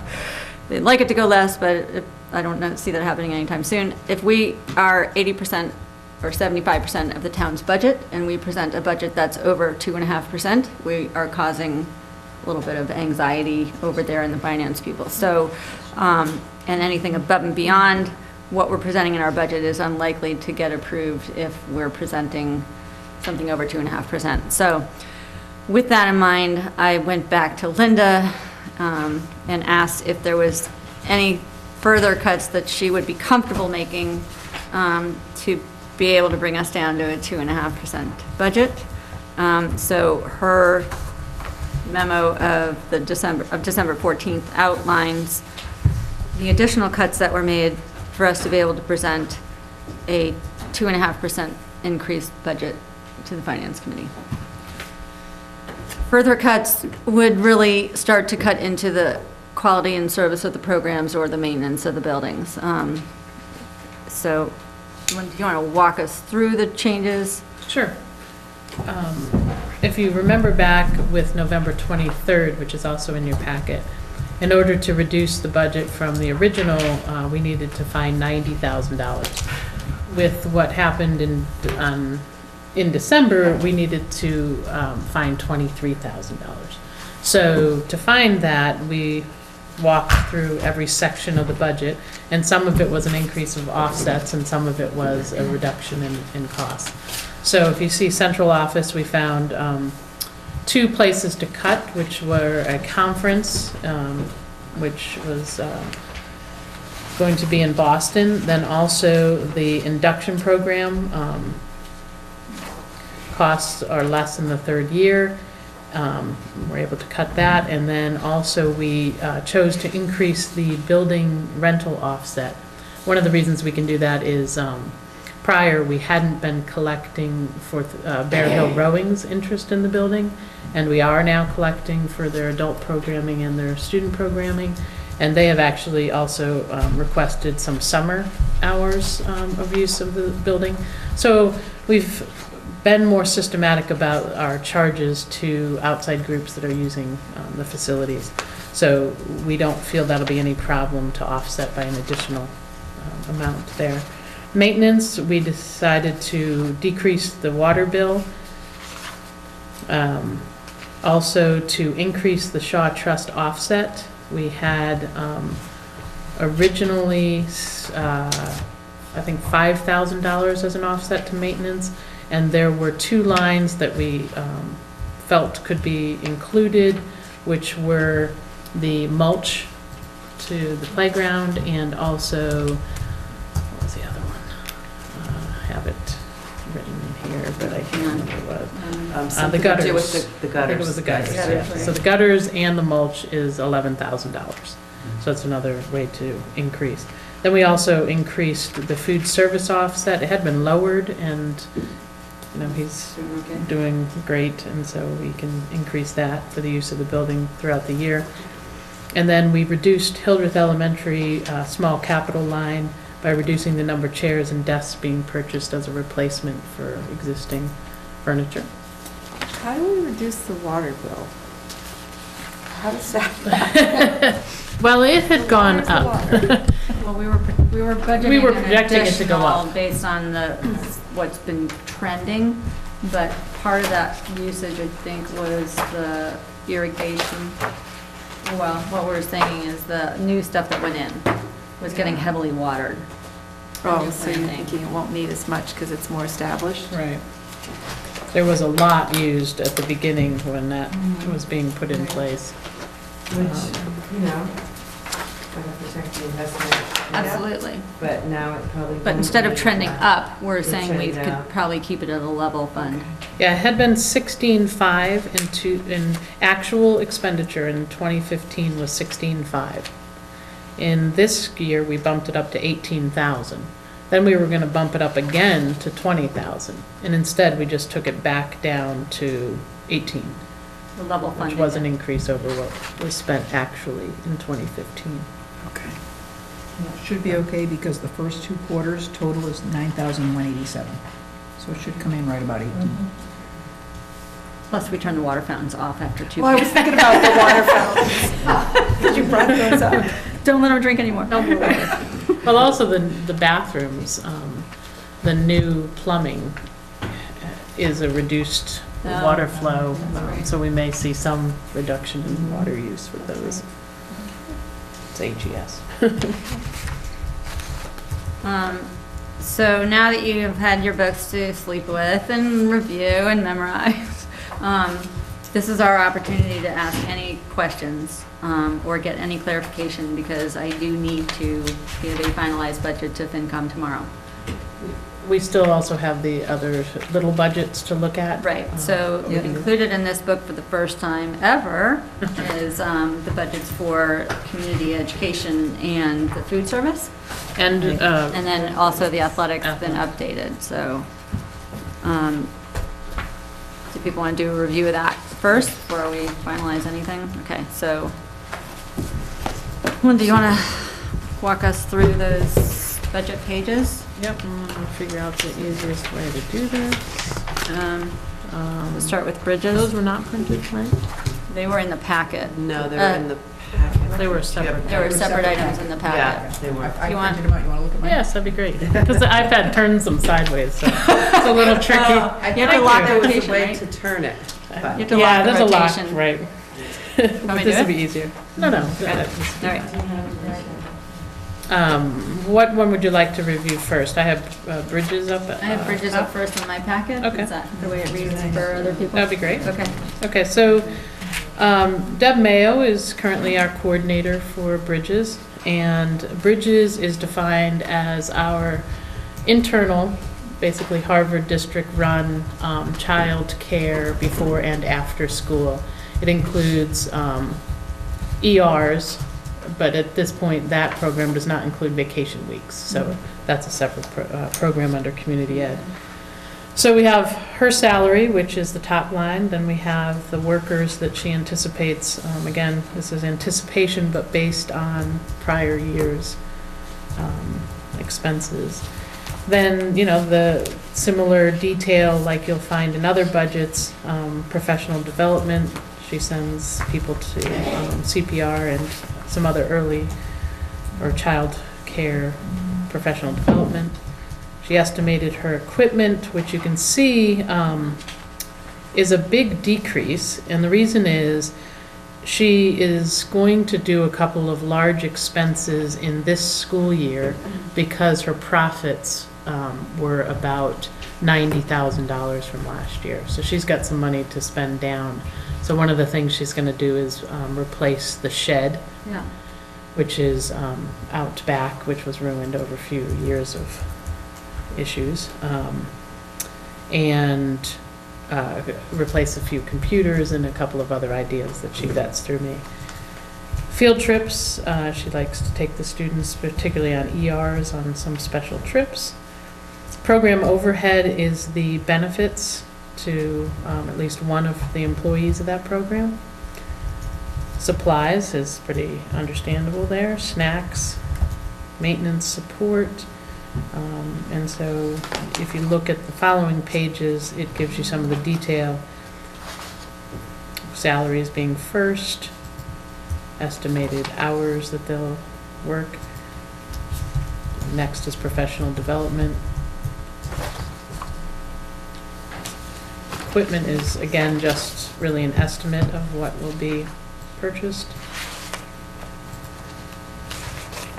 You can see the shed, which would be purchased in this school year from Reed's Ferry. Field trips are described, although they may change. Oops, she shouldn't have put that in there. Disregard Appendix E. F, yeah. Supplies, sorry about that. Snacks, or different vendors for special dates. And they pay for the water treatment at the Brownfield House for some reason. That's been in their budget. Not really sure why.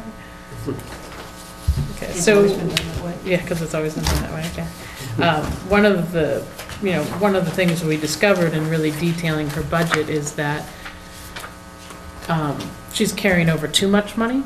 And so we're going to look at the fees charged to families, both drop-in fees and also the weekly fees for the services. And it's kind of wonderful that if more students attend, she's able to kind of lower her fees, which has been the case in the past year or so. There's been more students attending. So it's a great program for the students. Any questions about that budget? Just that the revenue page is blank. Revenue projection page is blank, but. Oh. Which? Appendix I. I don't know that I really want to know the children's name and days per year, but it's a blank revenue projection. That is why, and because the students will be different. Right. Yeah. So you'll have to go to the revenues projected, which is the next page. For expenses. Yep. Okay. All right. And whatever she works out as decreased tuitions would be still able to offset what we've budgeted? Yes, her offset is $30,000. That's a change, Lorraine, in the past. In the past, it's been 10 to community ed and 50 to 60 from Bridges. But we'd like to even that up and have community ed pay an equal subsidy to Bridges. Is that retro to this year or starting next year? This year, too. Oh. All right. Any questions for Linda on the Bridges program? All right, so now we have school lunch. Okay. So school lunch, again, I'm not sure if way in the past he's had to do this, but Mary worked with him in great detail to get this detail level. Thank you, Mary. You know, his workers are the first line after his salary. And then function wages is what is paid to people because of extra things they do, like prepare soup or do an event. That's changeable sometimes. So then you see the other lines, which include the appendix for different food vendors that he uses, the different, that's Appendix B. Appendix C is done correctly. Benefits to employees is projected there. So that would be health benefits, retirement benefits, that type of thing. Supplies, again, it's a projection, but based on what he's spent in prior years. Same with equipment. So the dishwasher, that's a new dishwasher for HES? Yes. Okay. And he doesn't need anything above and beyond these that he's identified? So, No. Okay. Is that also where the washer and dryer are? No. Not from They're his, no, not related to him. Okay, so vending? Vending expenses is the, you know, obviously what he uses to fill those, Got it. but then later there's vending profits. Functions is what is paid for those things to occur. Now, question on the Harvard Farmers Market product Mhm. cost per soup. Is that Yep. money coming in from selling the soup? No, that's money going out Yes. to buy for the soup. And is there another line that shows? Yes, if you go to the next page, it's under functions, the revenue projections, Okay. $32,000. That's included though, it's not all soup. No, right, yeah. But he makes a lot of He does make a lot of soup. He makes a lot of soup. So you see the vending profits, the function. I'm not sure what SL extended functions. School lunch. Oh, school lunch, okay. It's the internal functions versus external functions. Okay, So those are the external versus. I see. I don't think it's being kept as separately as it used to be, but it used to be, you know, if it was something that was being done for the school, within the school, versus going out to some other. Someone's house or Yeah. somebody's event, okay. And then we receive federal and state revenues, which I've talked about around this table. That fear of that not always being there. Right. Which may impact our subsidy from his line, which currently his subsidy went up. We had taken it down, but now it'll be 5,000. The state revenue?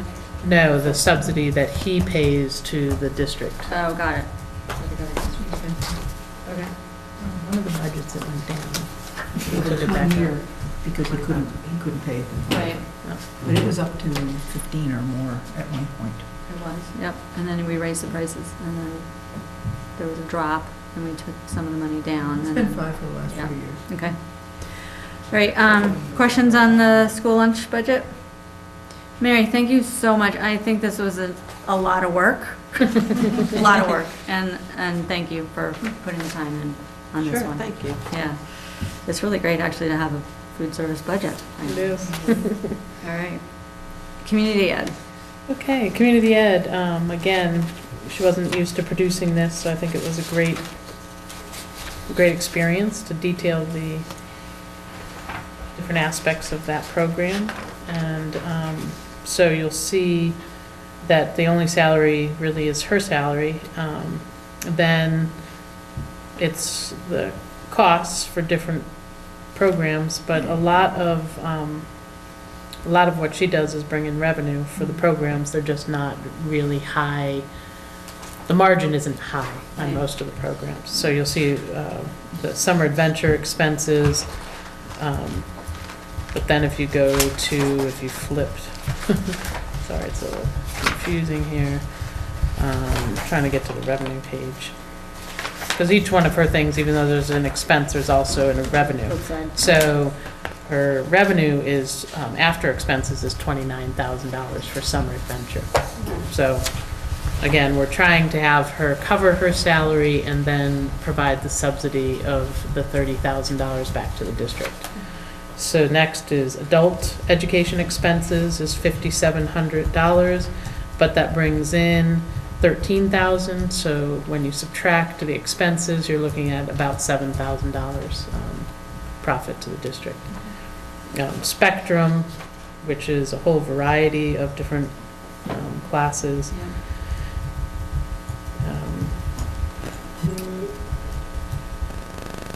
The budgeted amount is $21,500, and the revenue from that is projected to be $82,000, which seems like there may be. From Spectrum? Yes, from Okay. Spectrum. So that's a lot of different things. That's Right, and then you take the fees out of it that are Yeah. listed before, okay? And Global Child is a little bit of profit, and Crosslinks is a profit. So if you look at I, you'll see all the revenues that are coming in, and what's paid to the instructors is detailed, what she spends money on during summer adventure. Some things are a split, sort of an agreement between community ed and the provider. Yep.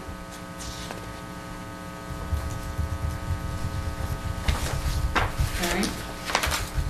And our offset from community ed is 30, is that right? 30, right. Okay.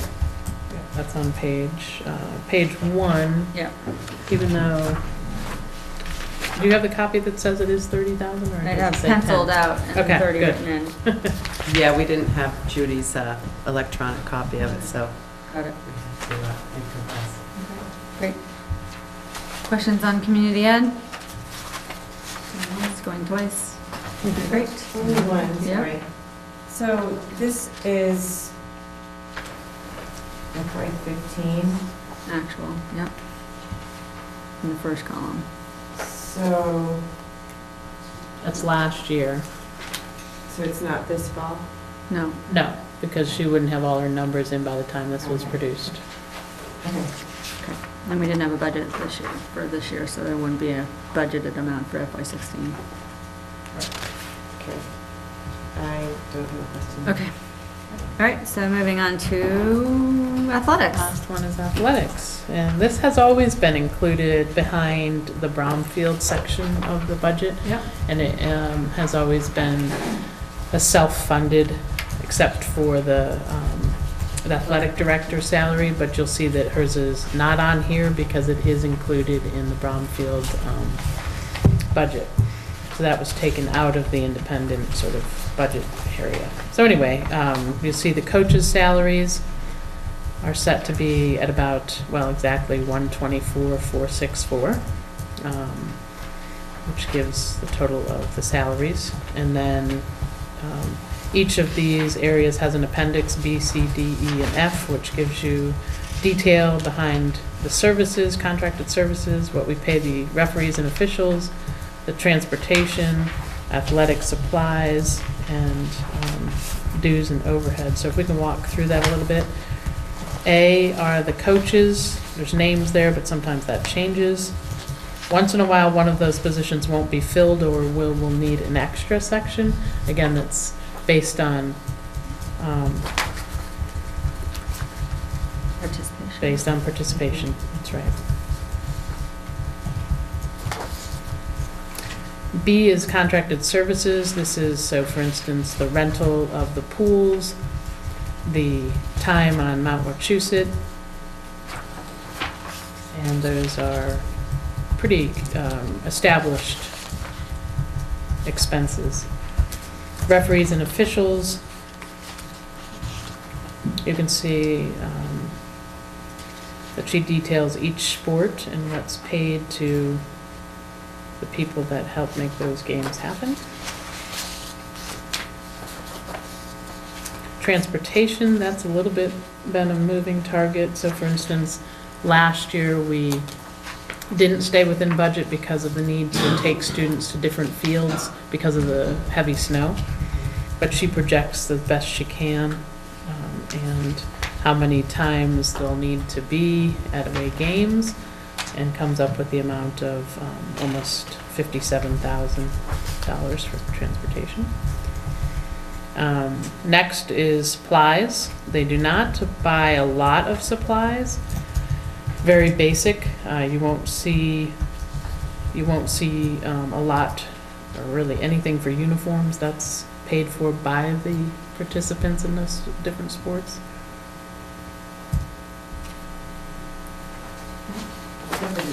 Bathing suits I see are covered, yeah.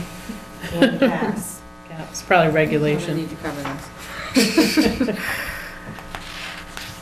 Yeah, that's interesting. It should be noted that cross-country doesn't have any supplies listed. Could that be right? Yeah. They have score sheets. It's true. They just run. You get popsicle sticks. They may be sharing the score books with soccer or Apple something. crisp at the fall festival, and it's true, raise money for these things. The user fees don't go towards it. Yeah, very minimal on that line, those lines. Next are dues and fees and overhead. So there's fees that she pays to be in different meets. Certainly the MIAA registration fee is a large expense, $3,200. Mid-watch dues is $1,800. That adds up. So then the G is the moving, bit of, again, a moving target. What she does is estimate how many may participate, what they'll be paying, and then what she will hope to have as revenue.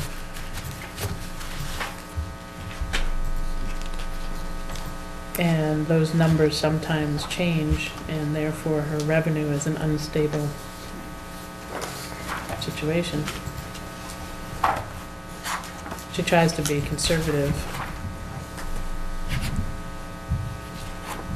All right. So if you look at H,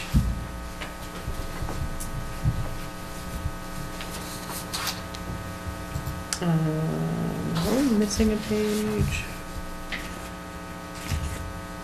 Which, I'm sure this. Oh no, probably back to Gotta page go one. back to page one. Yes, page one will show you that if she collects what she projects to collect, she will still be $21,578 short next year. And that's one of the Therein reasons lies the problem. we have the user fee issue. So before we jump into any user fee discussion, are there questions on the budget, the athletics budget as presented? My only comment is that it would be helpful to see how much of each of these sports spent. We see the total revenue coming in from each sport, but we don't know what their actual costs are. You'd have to break it out. But that may end up being mute. We talk about the user fees, I don't know. Yeah, You don't it's, necessarily need that information in order. well, that But it has would be divided families a It would bit. be interesting to see how much, because you look at, some of these sports bring in a lot more than others, and is that because they also spend a lot more than others? Or It is based on the spending. No. It is. Because they okay. reduced a little bit on cross-country just because there was no real reason to charge them so much because they didn't have as many expenses as some of the other sports. So the user fee is a little less for that. So it should reflect It's not completely reflected, but it's the actual costs that that it's sport somewhat incurs. reflected. Okay, thank you.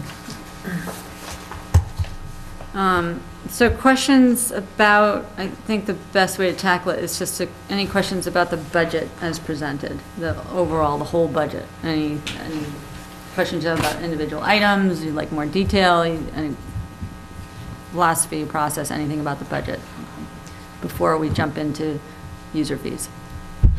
I have one Yeah. comment, and I know it was on there before, but I think I noticed it more on this version, as there's a lot to absorb with this whole budget process. But the increase in using Devon's funds for salaries, we have some concern about, particularly hearing that the amount of money coming from Devon's will at some point in time decrease gradually over a period of time.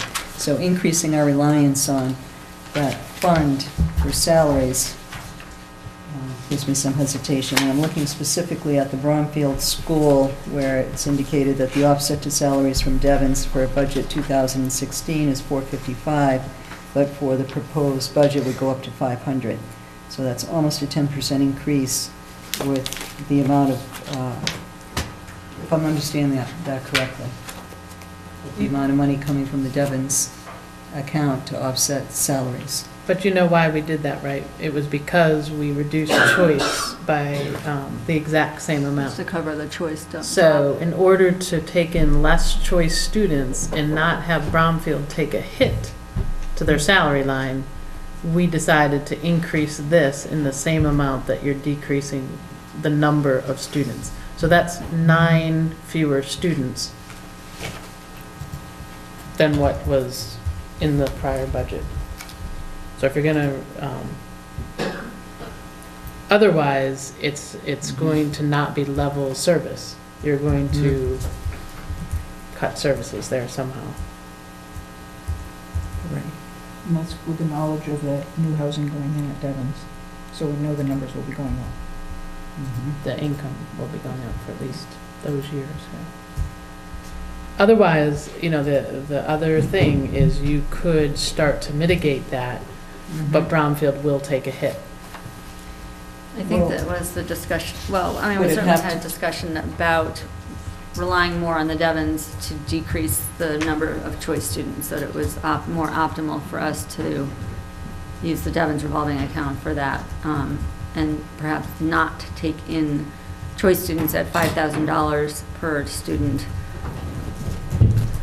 especially if they were going to be in the system for a long time. So I think we had to make up that money somewhere, and the obvious place was to be in the Devons account. So that's the only reason that went up. If we continue to, if we decide that we don't even want, or if we want to drop that number further, it still needs to come from somewhere, and unless you're going to cut out of the budget programs and services, Devons seems to be the logical place to take it from. The money for Devons is fixed. I mean, the contract is fixed for another 5 years in minimum. We're in year 2 of a 5-year with a 2-year out clause. So we're years 2 through 5. So we have time to work through anything that happens. Plus, even in that 7th year, if it goes away, all the kids who are currently in the system will continue to go through the system. So the cutoff wouldn't be 0. It would be however many people graduate through the year, and then we'll need to make some serious choices as a town how we're going to fund the educational budget, because it'll be a big increase of over $1 million per year that we're going to lose when it goes to 0, but it'll take time to get there. So for the next 5 years, it's funded at the same amount? It's funded at the per 100%? pupil cost, which will actually probably go up every year. So at least $16,000, I think, we're slated for next year per student.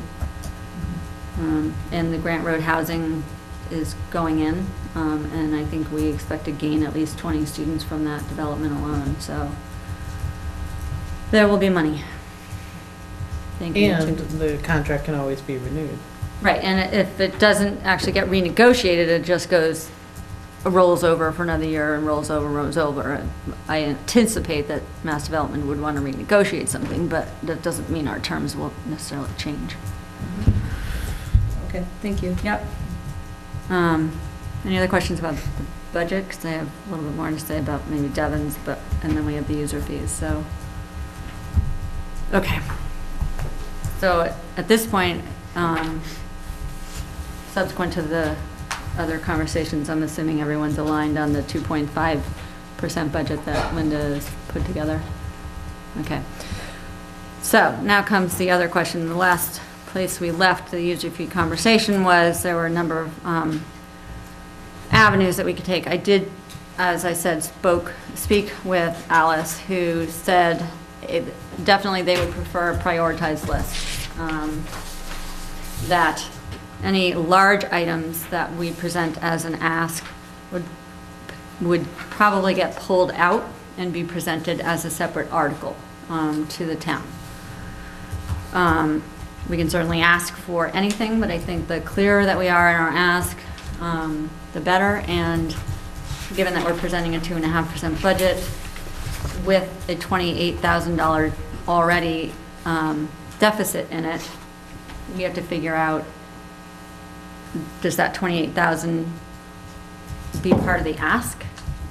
Or do we build that into the budget, in which case then it goes up from 2.5%. So I think maybe to keep it simple, my suggestion would be put the $28,000 in as part of the ask and explain to them, if we don't get that, then we need to actually increase user fees, which nobody around the table wants to actually increase user fees. So our bare minimum additional ask would be the 28,000. I think that we're projected to go over as a deficit. Then from there, we started having conversations about transportation fees, which we should segue into for the survey results that went out, that we got back for the survey that went out. And then whether we present part of the athletic ask, all of the athletic ask, combine that with the transportation ask, and even broach kindergarten. That's the discussion that needs to happen here. So, do you want to discuss the transportation? Do you want to, we're going to have a proposal, I think, or not, with regards to? The way that I felt it was left was that we were going to do the survey. Okay. See what the survey said, if in fact, this was just something that I was fervent about that not necessarily the rest of the community was. So I think it would make sense for us to talk about the survey. Okay. So why don't we and how, people are interpreting that survey, and then, move from there. I mean, I have my opinions about this. You know what they are. Okay. So why not, since people at home don't have the survey results in front of them, why don't I just talk us through the survey results? And Linda, correct me if I've got anything inaccurate. You're better with the Survey Monkey thing than I am. But so 413 responses were submitted, and that was not restricted to an individual. So one person, and in many cases, since we read the responses, responded multiple times. So it's 413 answers, basically, to way to look at it. The majority of people were parents of students who were in K through 5. The next biggest sampling was 9 through 12, with a small amount in 6th, 7th, and 8th. The majority of people lived 2 or more miles from school. So you've got a preponderance of elementary school parents responding with kids who live 2 or more miles from school, who, if that's the case, then their bus fee was covered, right? K through 5, if they live more than 2. Mm-hmm. Okay. Question number 3 was, my child rides the bus. So of the 413 responses, 373 answered this one. 47% of the people responding individually, whatever, had ride the bus. 38% 8% was no, and 15% of them ride it sometimes. So that would be combined with the yes, I think. The majority, when asked why the people who said they rode the bus, why they ride the bus is convenience, was half the group rode it for convenience. The next one was it's timely, taking the bus best fits our schedule. Other was the next one, and from there it's a small sampling down from safety, eco-friendly, socialization, and good value. Of the people who responded, my child does not ride the bus, that was 140 answers. The majority of people who do not ride the bus, of 48% was cost, followed by 38% that driving works best for them, followed by other, the bus route is too long, and then safety was the last one. Would your child ride the bus if there was no bus fee? This was answered by 137 responses. 38 people said they would take the bus, in addition to 54 who said they would take it sometimes, and then no was outright. 45 responses would not take the bus. So majority of people would take the bus all the time or part of the time, of the people who don't take the bus for a cost reason, or don't take the bus, period. So I'm not sure, you could, obviously, statistics and numbers can be kind of sort of slanted in any which way. Yes, there are people who don't take the bus because it costs too much. And there are people who would take the bus if it were free. I think that's kind of where I got left. There's certainly other, you could get down into the nitty-gritty. People, I think, were pretty smart in their responses.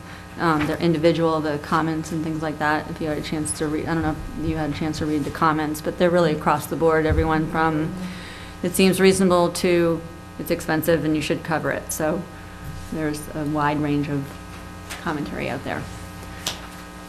Questions, comments about the survey? Thank you for putting this together, Nancy and Linda. Thank you for getting it out there. So they're helping. Really great.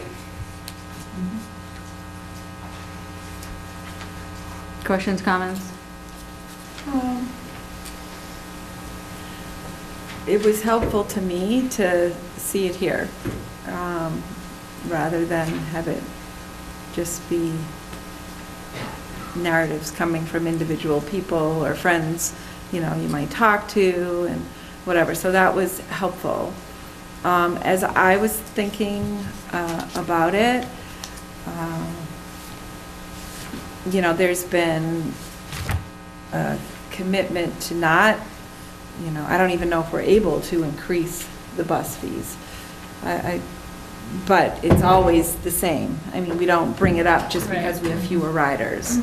And as I parallel that to the athletics, I agree with what you said in the beginning, as far as I don't think we want to increase fees, the user fees for athletics. And obviously, if we don't offer some relief, at least the 20, I don't know if it's 21, 20, whatever that 20-something thousand is, then that's something we would have to do. And I don't feel that is the right direction to go. So for me, putting that on the table, trying to, at the very least, keep the athletic fees the same and the bus fees the same, no matter how many riders, then we're left with, a big difference between 124, 125,000 that we were talking about last week and the buses. So there's, if we were willing, and I don't even know if we were willing to ask for that 124, we've got about 100 left. So looking at that, I guess for me personally, I think that the only way to educate kids is to get them to school. I think that needs to be a priority. I know that we do not have safe roads to travel. it's just not reasonable to expect the kids are gonna walk to school, you know, because they're within 2 miles. So, it just, I don't know, I don't see that people have a lot of alternatives, but to pay that fee, if they're not able to drive their children. So there's no way around it. You've got to get your kids to school. I do wonder how many, and I'm sure we could figure it out, how many slots are slots that families are paying for on the bus versus how many slots are the user fees, as far as just the numbers that are impacted by the cost of the bus versus the numbers of families impacted by the cost of the user fees for the athletics. Like, are they equal? I mean, how many people ride the bus versus how many do athletics? How many people pay for the bus versus how many athletics? Yeah, and I know that we can, what is the difference? 606, approximately 650 students participate in athletics. And That's they're not all one for paying. one. What? That's not one for one, isn't it? Some of those are like 2 sports, 1 child, 2 sports would be counted as 2. No, I thought it was 660 slots, so I don't know how to break it out. It's 82% of the families that attend schools participate in sports. So I don't have a number of families. I suppose we could probably figure it out. Well, but that's all right. I was There's just that. curious what percentage of the families used athletics and what? Right. So I don't know. I don't have the those exact numbers. More people take the bus. More people participate in sports than ride the bus. As a percentage. As a percentage. Yeah. One of the things that also is interesting to me is the whole concept of our fields aren't even close to our schools. Some of these fields kids are using, whether it's the track or whether it's, you know, down on Depot. So, you know, how are kids getting to those fields? And I know for a fact that some of the kids, and I'm happy that they're taking the bus, but there are certain sports that are able to use the bus that is regular transportation to get over to that field. I'm not wanting to take that away from our athletes, but there's a little irony there in that we're expecting certain families to pay for those buses, yet the buses are not necessarily used by only those families paying for the buses. So I'm having a little bit of trouble with this on a couple of levels. So I guess that's all I want to say for now. Okay. Nancy, anything you want to add to the conversation, or? It would be difficult for me to choose between the 2 user fees that we've been discussing over the last number of weeks. My preference would be to present them both and hear back from the town as to whether there is any available funding to support decreasing the athletic fees, to increase add the coaching salaries into the budget, and maybe decreasing rather than completely eliminating the bus fee. One of the things I appreciated with the survey was the number of parents who took the time to write the detailed comments. And there may be a lot of repetition with the families. You could fill out the survey for each student. So there could be families that filled it out 3 or 4 times. But there were a lot of comments as well. And it is a busy time of year. So to me, that spoke that people are interested in that issue.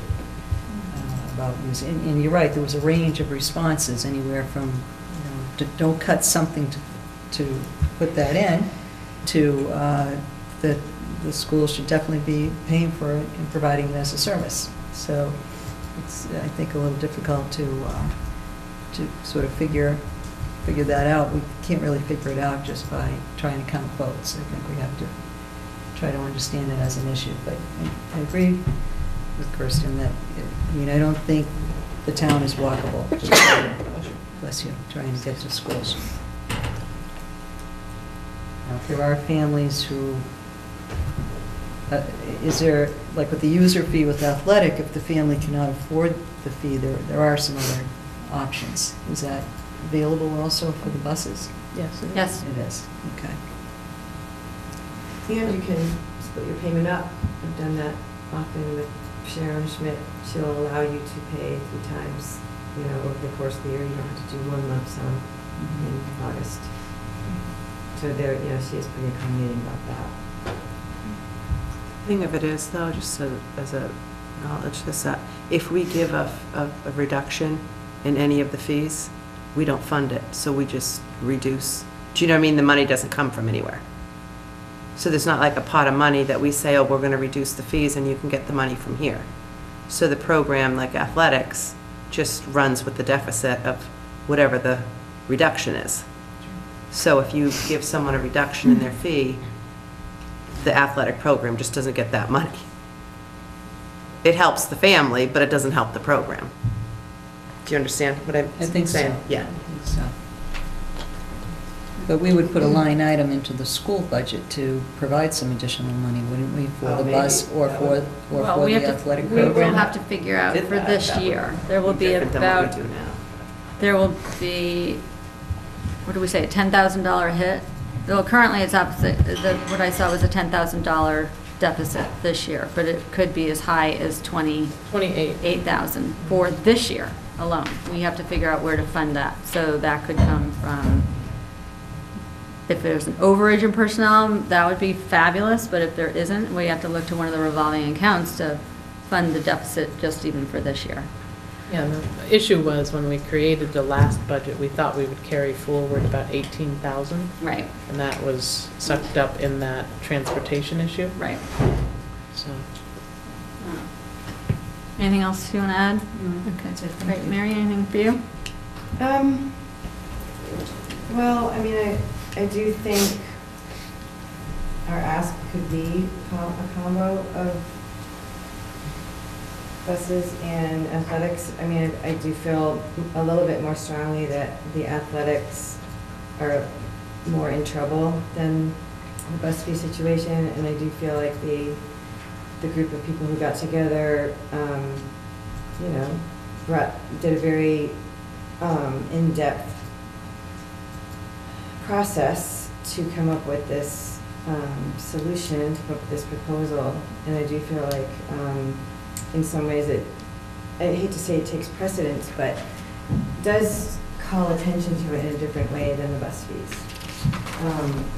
I also feel like, I don't know, and I don't mean to disagree with you in a personal level, Kristen, but I kind of feel it's the parents' responsibility to get their kids to school. I've never felt like it's the school's responsibility to get my kids to school. And, bus fee was expensive, but for our schedules, it was, and philosophically, I didn't want to drive my children to school. I thought it was important for them to take the bus. And yeah, it was definitely expensive, even though my older two are not now. But as far as the ask, I'm interested in Nancy saying, could we tweak those numbers a little bit more with the bus fees rather than the athletic. I think that I feel pretty strongly we should ask for the salaries. And I guess that goes along with that 20. Well, the 28 would just cover that you wouldn't raise the user fees. And I do feel like there should still be user fees. I think that there are other things the Athletic Advisory Committee is talking about, like what they're used for.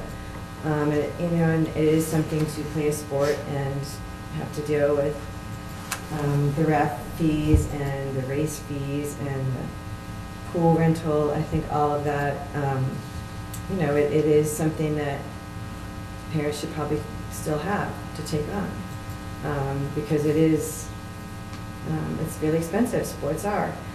But I go back to the fact that, the state and the federal government took away so much funding and we're never going to get it back. I really don't see it ever happening. So if we want to have an athletic program which does reach kids that don't succeed in other areas and fulfill our vision, then I do feel like this has to be an ask And if we have to choose one, I would choose the athletics. Jen? I think everyone will probably agree that it would be nice to reduce or eliminate all kinds of user fees, and I don't think it's realistic for us to do that. But I feel strongly that it feels somewhat arbitrary to sit here and decide to pick 2 of 3 when we haven't looked at kindergarten at all. There was no survey. We didn't hear from those constituents. We didn't try to find out incoming parents, current parents, past parents of kindergartners. We have looked at other data from other towns. And I would just say that it's a lot of money in 1 year. You could look at what someone pays for buses over the course of their years of their student at Hildreth or Bromfield. But for kindergarten, it's a high amount 1 year. And there is no bus for a child whose family opts for a half day, maybe because it's a little high. So then that family is also still looking for, transportation. So, and personally, my experience is like Mary. I did not, well, not that this is your experience as a child, but personally, I did not ever have access to buses that were funded for my schools ever. So I come to it also with this understanding that that's kind of what you do. You get your kid to school. Although it's lovely that there is that possibility, whether you're paying or it's subsidized in this particular town.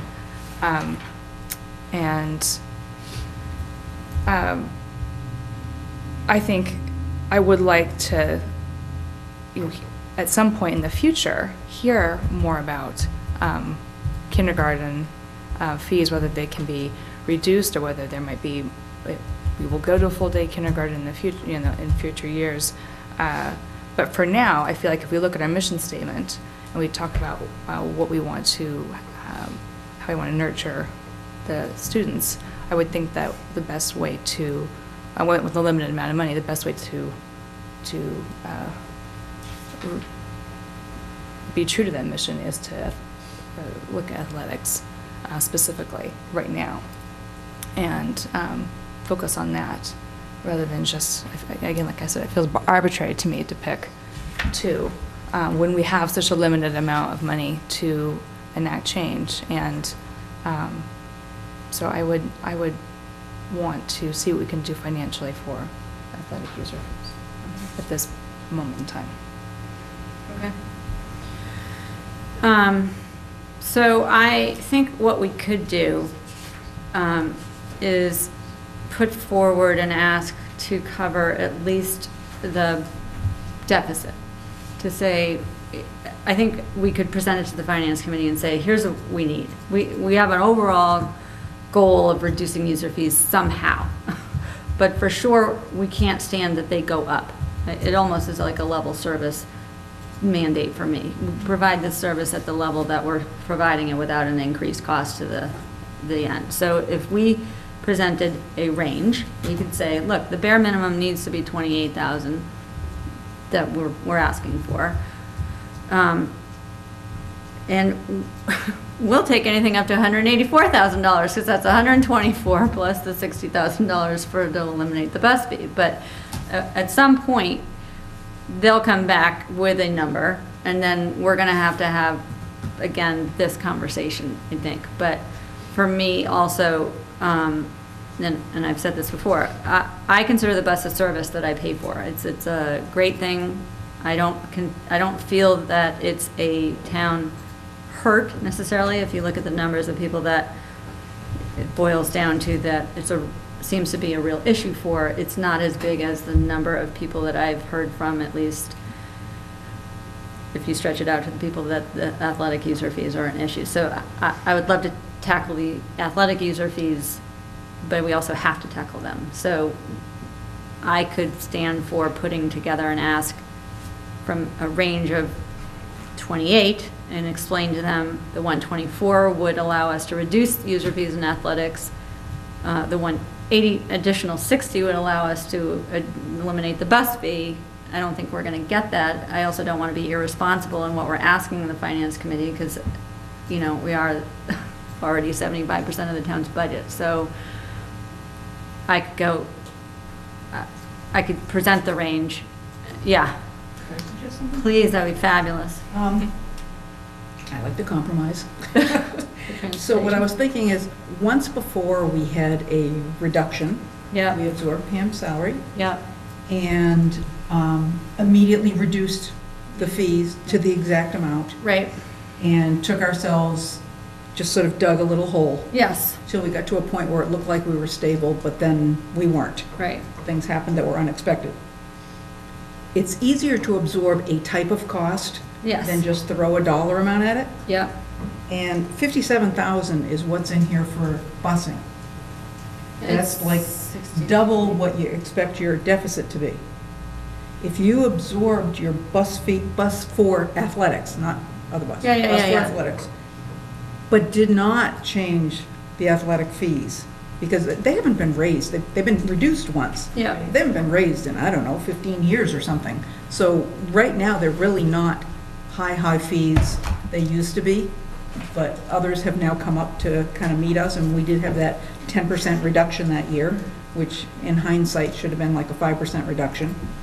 If this were done, if you asked to be able to just absorb this cost, you've wiped out next year's deficit, you've started to build up a little bit so that as the other costs naturally go up, because all the coaching fees go up a couple % a year, everything goes up a little bit, this would stabilize you for a few years and give you more time to keep looking at it and think of other things. And considering the fact that you've already had to cut the budget to meet what the Finance Committee has asked you for, to give a range of 28 to 180, well, you know what you're going to get. 28. And all that does is Band-Aid it for one more year. Right. Whereas with this, it would fix the problem for a few years. And at the same time, like I say, it's taking a category, it's taking a type of expense, which makes it much easier to identify, to say, okay, you know, one piece of your budget is going to come back in, just like the salary for the AD director came back in, you know, and that, you know, just absorb it that way. And then and if you take the 28, you could still end up with a deficit, because there's always Understood. unknowns every year. Yep, well, and this. And I don't know if needs to that have a 28 buffer. includes the deficit that we started the year with. The 4. It does? Mm, Okay. Yeah, So Lorraine, you're saying that to ask for the cost of the transportation for athletics, Yes. and then user fees stay the same. There's such irony in that, I isn't know, there? isn't that cute? Well, But I have, why do I have? They've been the I same with only one reduction. And all the costs that have gone up every single year, those costs have gone up. And we didn't increase the fees at all. So, that, we went a long time without, you know, so. No, it's just Yeah. just kind of Was that interesting still that something it was discussed. So That was at the last that's the meeting. one expense that fit We didn't really go over the it. parameters of what we're trying to do. That might, though, allow us to build in a cap, because it's not going to impact as many families as we could look at it if that was approved. I have $63,477 built in as transportation fees in my potential grid here. How did we come up with, I'm looking at, Yeah, I'm looking at is it the, the budget or the salary. actual? I'm looking at the, I thought it was a Yeah. budget. it's a budget, it's It says about 57,000. No, I got It's awfully the close other to number. Okay. 57,000. yeah, we may have rounded up a little higher. Okay, But Lorraine, you're talking about the same type of ask that they're saying you could just take all of the salaries and put it in. It's just a Salaries is bigger a- number, Oh, yeah, way obviously. bigger. And I just think this has a better chance of succeeding. So, I that's guess, all. you know, the athletic group was hoping for some movement that families would feel Yeah. versus, Well, the fact Yeah. that they haven't gone up in all these years and with one time going down 10%, that's, you know, you got to know that everything else has been going up. Certainly, you can just look at the years of history in her account to see how her expenses have gone up, while her revenues stayed about the same, and that's why this problem happened. right. The one time we did absorbed one cost, we immediately reduced all the revenue to meet it, Well, instead of so allowing for a little bit of a buffer there. if you move the transportation fees into the operating budget, then that fee will go up every year, most likely. 5%.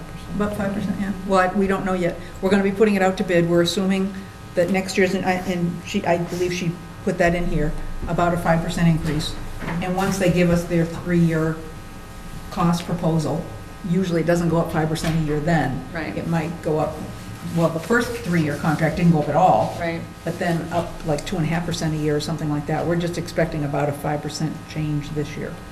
But we don't know because it's going out to bid in January. So if we say 58,000, what is it, what's the Well, the number? thing is, if we're paying for the buses, we're not naming an exact number. We're saying right now, it looks like it'll be about $57,000. And that's what we would budget to.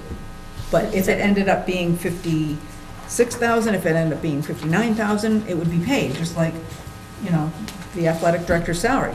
We didn't name a dollar amount because she gets a COLA each year.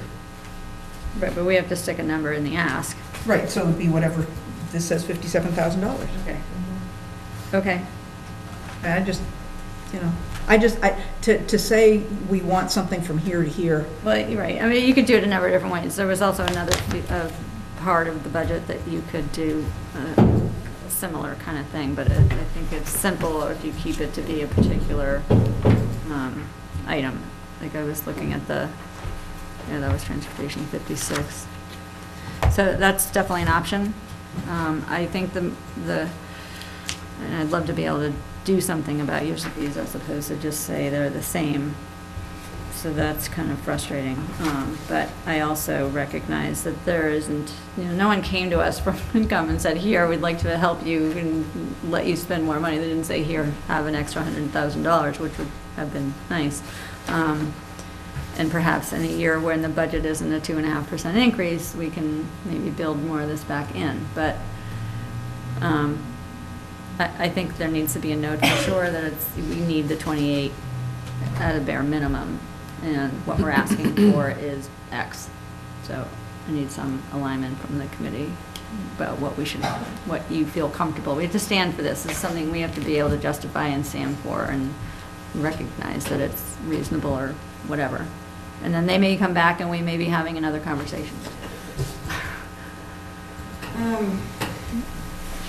I do feel like it's, that number for coaches' salaries would be more kind of a dependable number. It's going to go up the same every year, right? St. Cola? Yeah. They get the same 2.5%? No, Or whatever it is. I haven't seen a 2.5% COLA in a long time. 1%. Whatever it is, it's a known number. Yep. As opposed to what the bus might be, like what if there is another year like this year? And Well, the number of coaches does change from year to year too. So true, that- but you it can would budget the probably same number. more but likely go down rather than go up for any given sport. Depends on how many sign up for it. But I don't think she has any number that's hard and fast other than her salary. That's the only one that really is known. That's true. But, yeah, it might be a closer number, it's just that it's a way bigger number. I know. It's just gonna be a tougher sell. It's gonna be a tougher sell. that's Right, all. right. But I guess I'm just feeling a little bit like it's more than, it's raining, yes. More That's a interesting. sound I don't know, adding the coaches' salaries in was very purposeful to also sort of give them some of the same respect that, for what they do. Most of them are actually teachers at the school. Like the music teacher, like the drama teacher, like the art teacher, athletics, just to sort of put them on par with what they're doing, which is still education. Yeah. So I'd like to keep that ask, be the 124. Okay, well, this one, what we need is a motion. Oh. Do we need to, we're looking at 20 minutes before 9, and we at least need to start somewhere. So we could talk about this for about another 3 weeks, I think. Is the question, just for a motion, is the question about what could get asked for as a line item? Yeah, so I think we're about poised to approve the budget. We need to come up with whatever our additional ask is of the finance committee and align and vote on that. And then I have something to add about the use of the Devon's fund, but that's separate from these two things, so.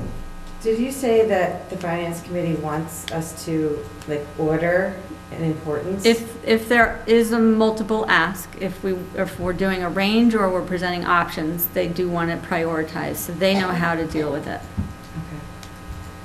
So I'd be happy to start with the motions and make a motion that we concur or approve the overall school committee budget as worked on over the past few weeks and presented to us with these additional materials tonight. Okay. As shown on the Harvard Public School 2016-2017 draft number 1 summary sheet. Okay. For a budget total of $12,582,636, representing a 2.51% increase over budget fiscal year 16.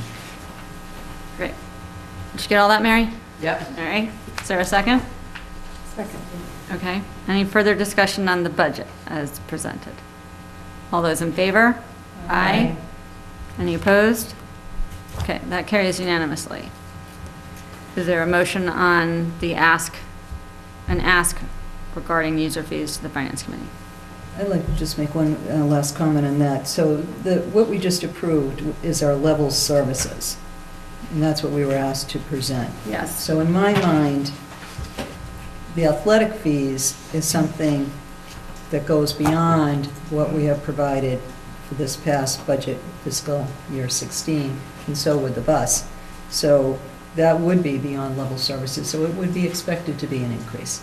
And that we would present it to the Finance Committee, as these are two issues that have been brought to our attention, that we've spent time on over the number of weeks, and that we've tried to make some compromise on, and we need to pick some numbers to put in and present to them. I appreciate the fact of picking a category. I think that's a great idea with the 57, except that I don't like the category. I'm sensitive to the parent who says, because we're going to be shifting costs to the taxpayers, so the parent who says, well, my children tried out for the team and they were cut. So they were not allowed to participate in the sport, but yet that family has to pay the bus fee for the team to travel to the sport. So I would be more... Sometimes to the fields across town. I would be more in favor of putting in the coach's salary or a portion of the coach's salary to get something started, and possibly combining that with a decrease to the bus fee and see how much of a difference that makes in a year, to see how many more people are riding the bus, using the bus fee if it is reduced. The question that sort of troubles me with the survey is that last one where you said, you know, if the bus was free, would that make a difference to you and you would use it? And we get like a 1/3, 1/3, 1/3, yes, no, maybe.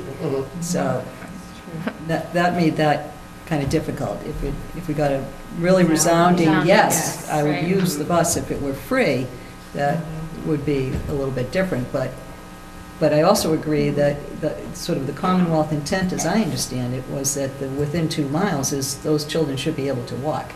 And here, we can't expect them to walk. And the thing too is, I think it did say in there that even people paying the bus fee are not necessarily using that bus all the time. There's a lot of people paying for the bus that are using it sometimes. Right. So even if you're paying, you're not necessarily, using it all the time. I think maybe you asked for... You're just not. I mean, that's the way we've had empty buses even before there was a cost But when I need the bus, I need the bus. Exactly. So- Exactly. Right. So we still need it. So it sounds like we're gaining a little bit of consensus for making the ask $124,000, and then.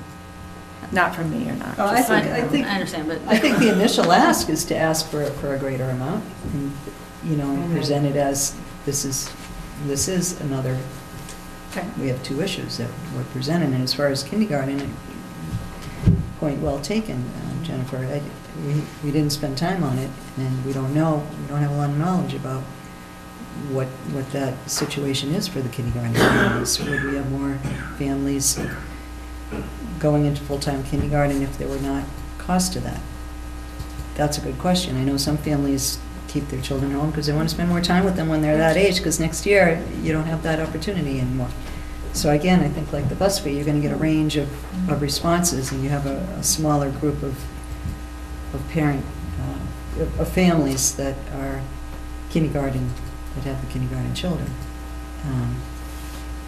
Which does really bring us to the point of, and I know now's not the time to discuss it, but what is our process for talking about user fees, period? Because I do remember, this coming up. It's come up throughout the 6 years I've been here. And I know that when the athletic user fees came up, we kept saying, oh, well, we're going to, we mean all user fees. But our conversations about them, meaning beyond the athletics, have sort of become an add-on to the primary thing, which is the athletic user fees. And that's an approach that I'm not comfortable with. Like, I feel like there's got to be a better way for us to have a more thorough process about user fees. And for me, if that process could happen in some kind of organized way, then it would be easier for me to sort of prioritize and pick after feeling like there's been a thorough review of all the user fees. But it feels like these other things are sort of add-ons to your point, where why are we picking 2? Why are we picking 3? What about what the kids said about drama and music? Where's that in this? Right. So it just seems like there needs to be a more thorough conversation, which is part of my discomfort in saying, oh, 124,000, and I understand all the work and everything, but this is part of my discomfort. Well, on that note, could you just ask for a certain amount of money for user fees, and then let the committee see, once we get the response, how we would spread that additional money, if there is additional money, out among any user fees? You could, but I don't think, what I heard back in the conversation was, it is less likely to succeed if there isn't a way of comprehending it. If you're just saying, we'd like 60,000 for user fees, then they don't have any guarantee of how you're going to use it, and it is not going to pass. We may have to have that conversation if what we ask for doesn't get approved.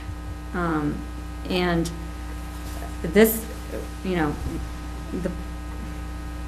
underpin of all of this is that we're in a deficit in the athletic fees. This is the main thing that's driving it. And I don't agree with you in terms of the user fees. The way that I heard the conversation ever since I've been on here was athletic user fees. So it's just a disconnect. But when we sat down even a couple years ago with Patty, we were looking at the athletic user fees because it didn't fund the program anymore.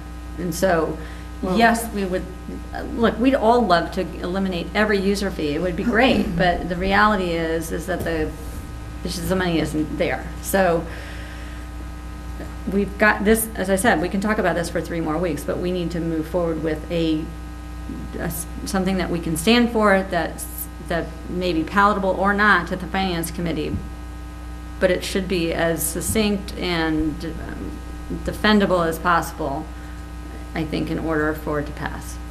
And I'm not attached to what we do. I just think reasonable and finite would be the best option. Susan, Megan, I have a clarifying question. If we asked for $124,000, that number, that covers, just want to clarify, the salaries for coaches. Mm-hmm. And would that result, that would result in a reduction of a user fee? Then the user fees would calculate out at $225 per sport across the board. It'd be even. And that would give us about a 3-year, 4-year range before anything had to happen again with the user fees. Okay, I just wanted to, before we made any motion. Yep. Thank you. Well, I'll make a motion to request an additional $124,000 for the coaches' salaries for our athletic sports, and a $30,000 amount to cover half of the bus fees. Okay, in that priority order, they're two separate? As I would present them both equally if we can, as one. So we're asking for $154,000. $154,000. Okay. Is there a second to that motion? Equal? I'm sorry? Equal priority, is that what you're saying? Yeah, I would She's present asking them for both. $154,000. Two additional issues that have been brought to the school committee Sure. that go beyond level services. I'll second it. Okay. Any further discussion on that motion? One question, my concern is that the choice would be made for the smaller amount. No, she's saying we're asking for $154,000. Right, but they could come back and say, okay, we'll give you the money for the bus part. It's a Well, smaller they amount. actually can't tell you what to do with the money anyway, unless Right, it's a but- separate warrant Right, article. the money would be reflective of that. They could say, Right. here's 50, do what you can with it. We would be Do you want to presenting, change the motion to say that? to say what, I'm sorry? 154 instead of 124 for the coaches and 30 for the half of the buses? Do you want to change it? No, to I say- think, I you mean, want it a to point say- well taken that I think we're trying to explain to the finance committee what we're trying to finance and why. And so the 124 looks like it's about half of the amount that is currently funded by user fees. And the bus user fees are approximately 60, so 30 would be half. So I would see it as a school committee saying, we've tried to compromise with the individuals who have brought these issues to our attention for seeking some relief. So we would be seeking, 124, that would roll the coaches' salaries into the school committee budget, and 30,000 so that the bus fees for all of the families could be proportionally reduced as well. And see what the response is. Okay, so it's So, a possibility. so the number going forward is 154? And the explanation would be it would cover the coaches' salaries and the bus fees. What they do with it, who knows?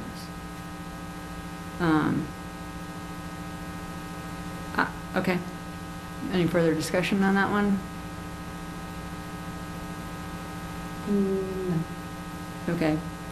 I personally have, I just have so I'm on the other side, I have a problem asking for the bus fees to be reduced just because I don't feel, and for all the reasons I've said before, so I would like to go with the smaller amount, but that's my personal thing. So we have a motion on the table that's been seconded. The motion is to present an ask to the Finance Committee for $154,000. I don't know, though, what that would represent for an increase in the school budget overall, but it's It'll be up well about over 2.8. 2.9%. All those in favor of making an ask of the Finance Committee for $154,000? All those in favor? Aye. All those opposed? No? Okay, so that doesn't carry. So we need another motion.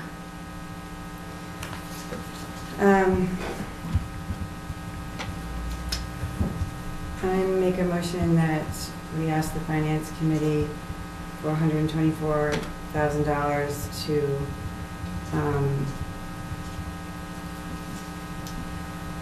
pay for the coaches' salaries for the athletic department, athletics at Brownfield. Okay, is there a second? Any further discussion? Okay. All those in favor? Aye. Aye. All those opposed? Nay. All those abstain? I'm going to abstain. Okay, so it passes 3-1 with one abstention. Okay. You got the wording on that? Yeah. Okay, Yeah. okay. Okay. We'll see what we get. I don't expect necessarily to get the 124, so this may be a conversation that gets taken up again, and we'll see how it gets allocated. I do have one other aspect of the budget. It's not really a budget, but it's part of the capital, which will impact the budget. So we looked at the Devons. Are you doing a financial report today? No. No, I was told not to, but I was asked to bring this outside fund report. Can you distribute that? That would be great. So one of the avenues that we had for reducing the budget was using the revolving funds, one of which was Devon's, the other is Shaw. And you'll note that we had transferred some of the stuff over. So I asked Lorraine for a recap on the Devon's fund, and we have currently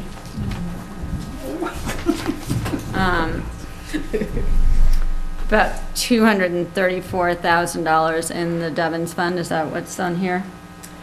Yes, if, I just wanted to give you kind of like a point to start with, so that's what you ended June of 15 with. So we end June of 15 with? With the left-hand column there, so for Devon's, it was 481,772. Okay. At this point in time, we have $1,229,847 in there, with $995,000 named in this year's budget to use as subsidies. That leaves $234,000 in that account at this time. And we're expecting additional payments this year? Yes. At least 2, if not 3. At least 2, if not 3 additional payments. Yes, we can count on 2. So our Devon's fund will end the year with approximate, or maybe triple that amount, the 234. Certainly no less than that, I think, unless we don't get a payment, but then the money's following through on the coattails in July, right? So in my conversation with people on the capital planning, we've taken the school roof off the capital plan because... You know, now you're doing it. Oh, did you want to do that? Taking a roof off.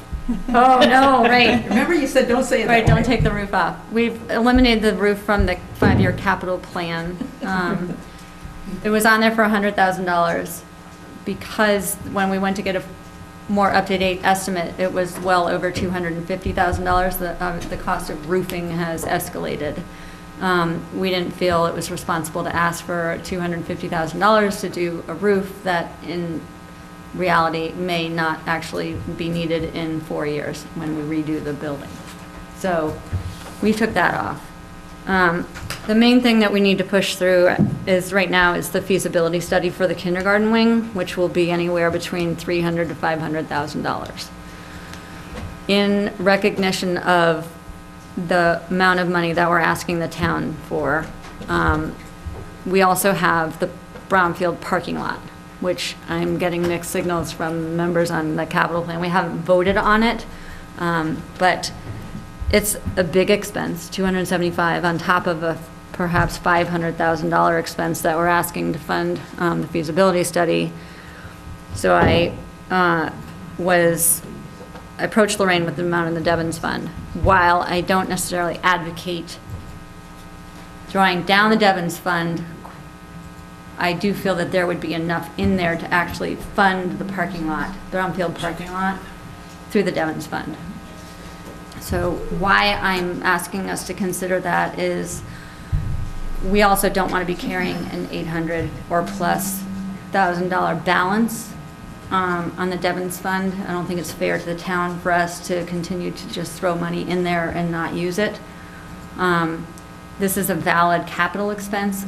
To Nancy's point earlier, the more that we take Devon's and put it into the operating expenses, the potential problem that we have in 5 years will be going away. So capital is, one-time capital expenses are maybe the best use of monies towards for the Devon's fund. So rather than it get through capital and get not approved, and then we say, oh, well, we'd like to fund it anyway because I think the parking lot is a safety hazard. I think it's an eyesore. I think it's something that has to get done.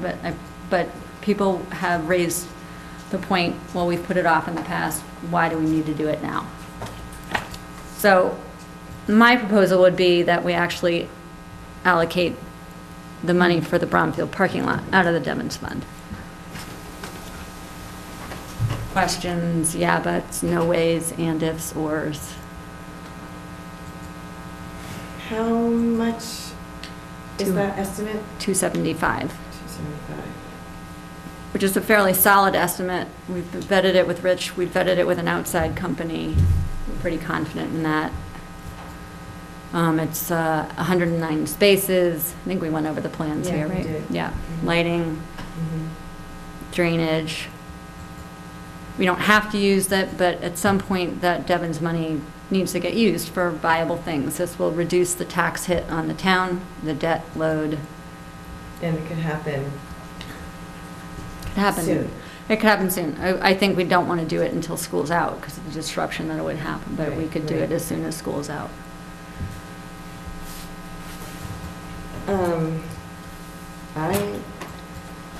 Because it doesn't draw down the Devon's fund entirely, it only actually by a third, by what you're saying. We would still have about 500,000 in that account at least moving forward, which I think is a healthy balance. I think, one special education unexpected cost could hit that, even though we do have the stabilization, am I saying it right finally, the stabilization fund?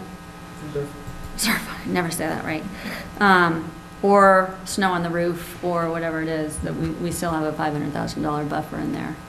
And with the Grant Road housing going in, that fund will only continue to grow. So I think it's smart of us to find some way of using it that is immediately feelable by the citizens.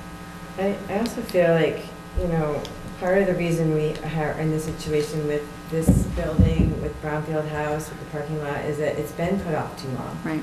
And if we continue to put it off more, then it's just going to become more expensive to do. I walk through there all the time, and it's a complete hazard. Oh, yeah, absolutely.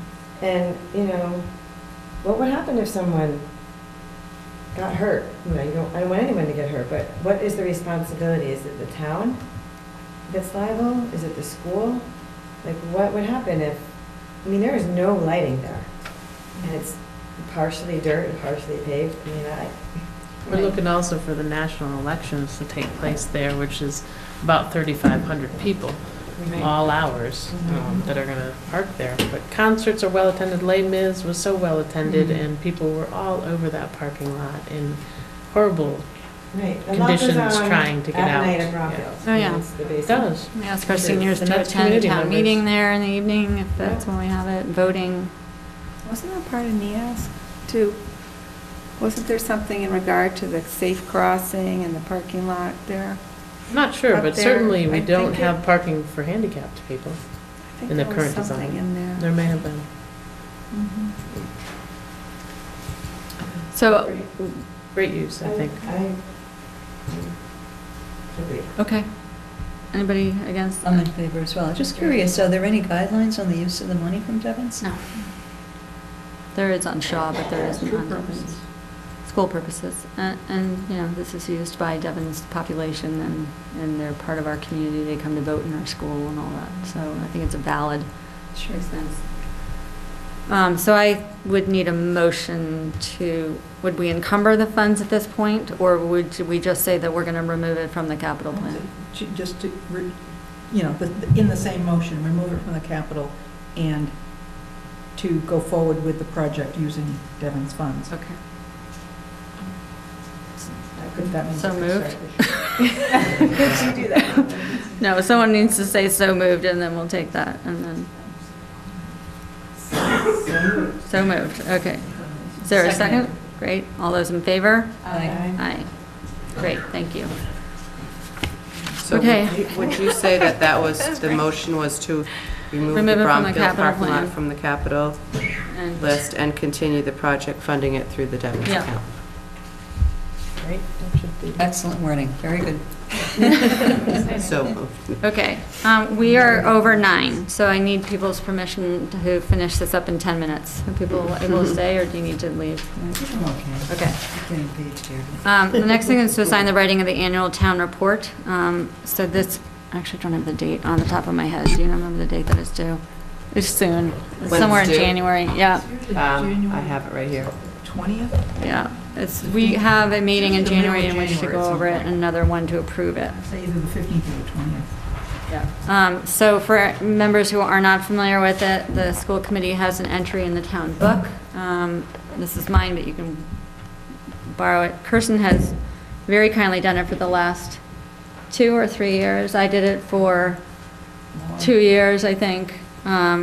we'd like to turn it over to someone else, so you have a I guideline. like that we word. We would like January to- 14th. January 14th. Is there someone who'd be willing to take on writing this entry for the school committee this year? Someone helped guided me. Does it need to be one person? No, you can be two people. Okay, great. So Mary and Jennifer will do that. We may be asking for a consultation from. Yeah, do you have your own copy, or do you, I'll make you a copy of this. It's gonna cost you, Mary, it's gonna cost you about 60,000. All right. Okay, we'll make a copy of that for I you. think I have a copy at home. Okay, if you don't, I'll make a copy for We you. have a copy at the office. Okay, And I would all suspect there's right, extra so, copies. Of course, they are more, maybe not. liaisons. I'll go around quickly. Jennifer, any liaison reports? There's a meeting tomorrow. Tomorrow. Mary?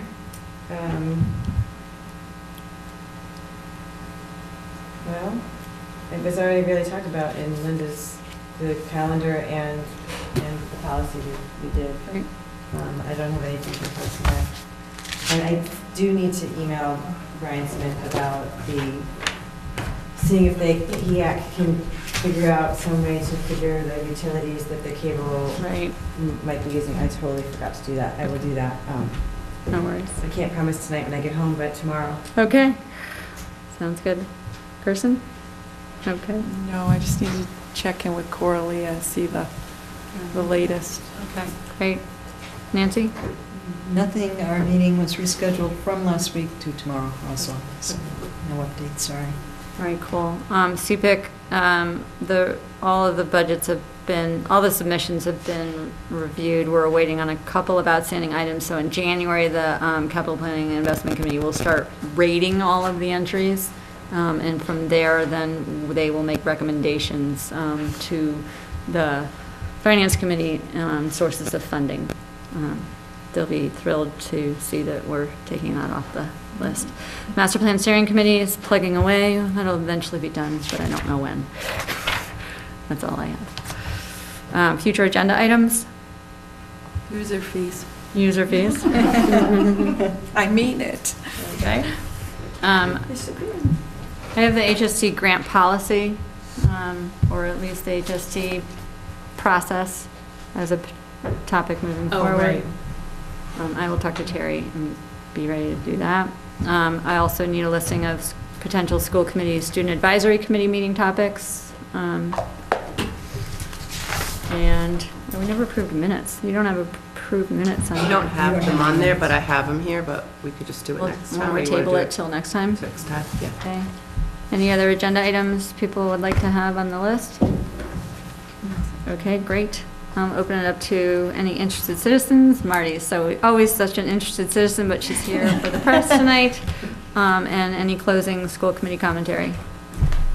I'd like to thank Linda and the principals and all the cost centers for getting that budget to 2.51%. That's hard to do.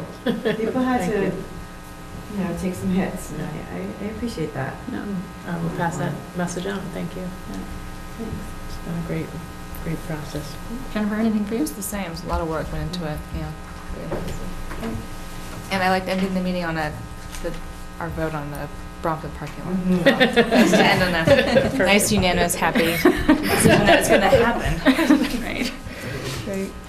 Nancy? Endorse that as well. No. It's all good. Thank you. Kirsten? I would like to thank Linda and Jim and everybody who had anything to do with this very successful approach to unexpected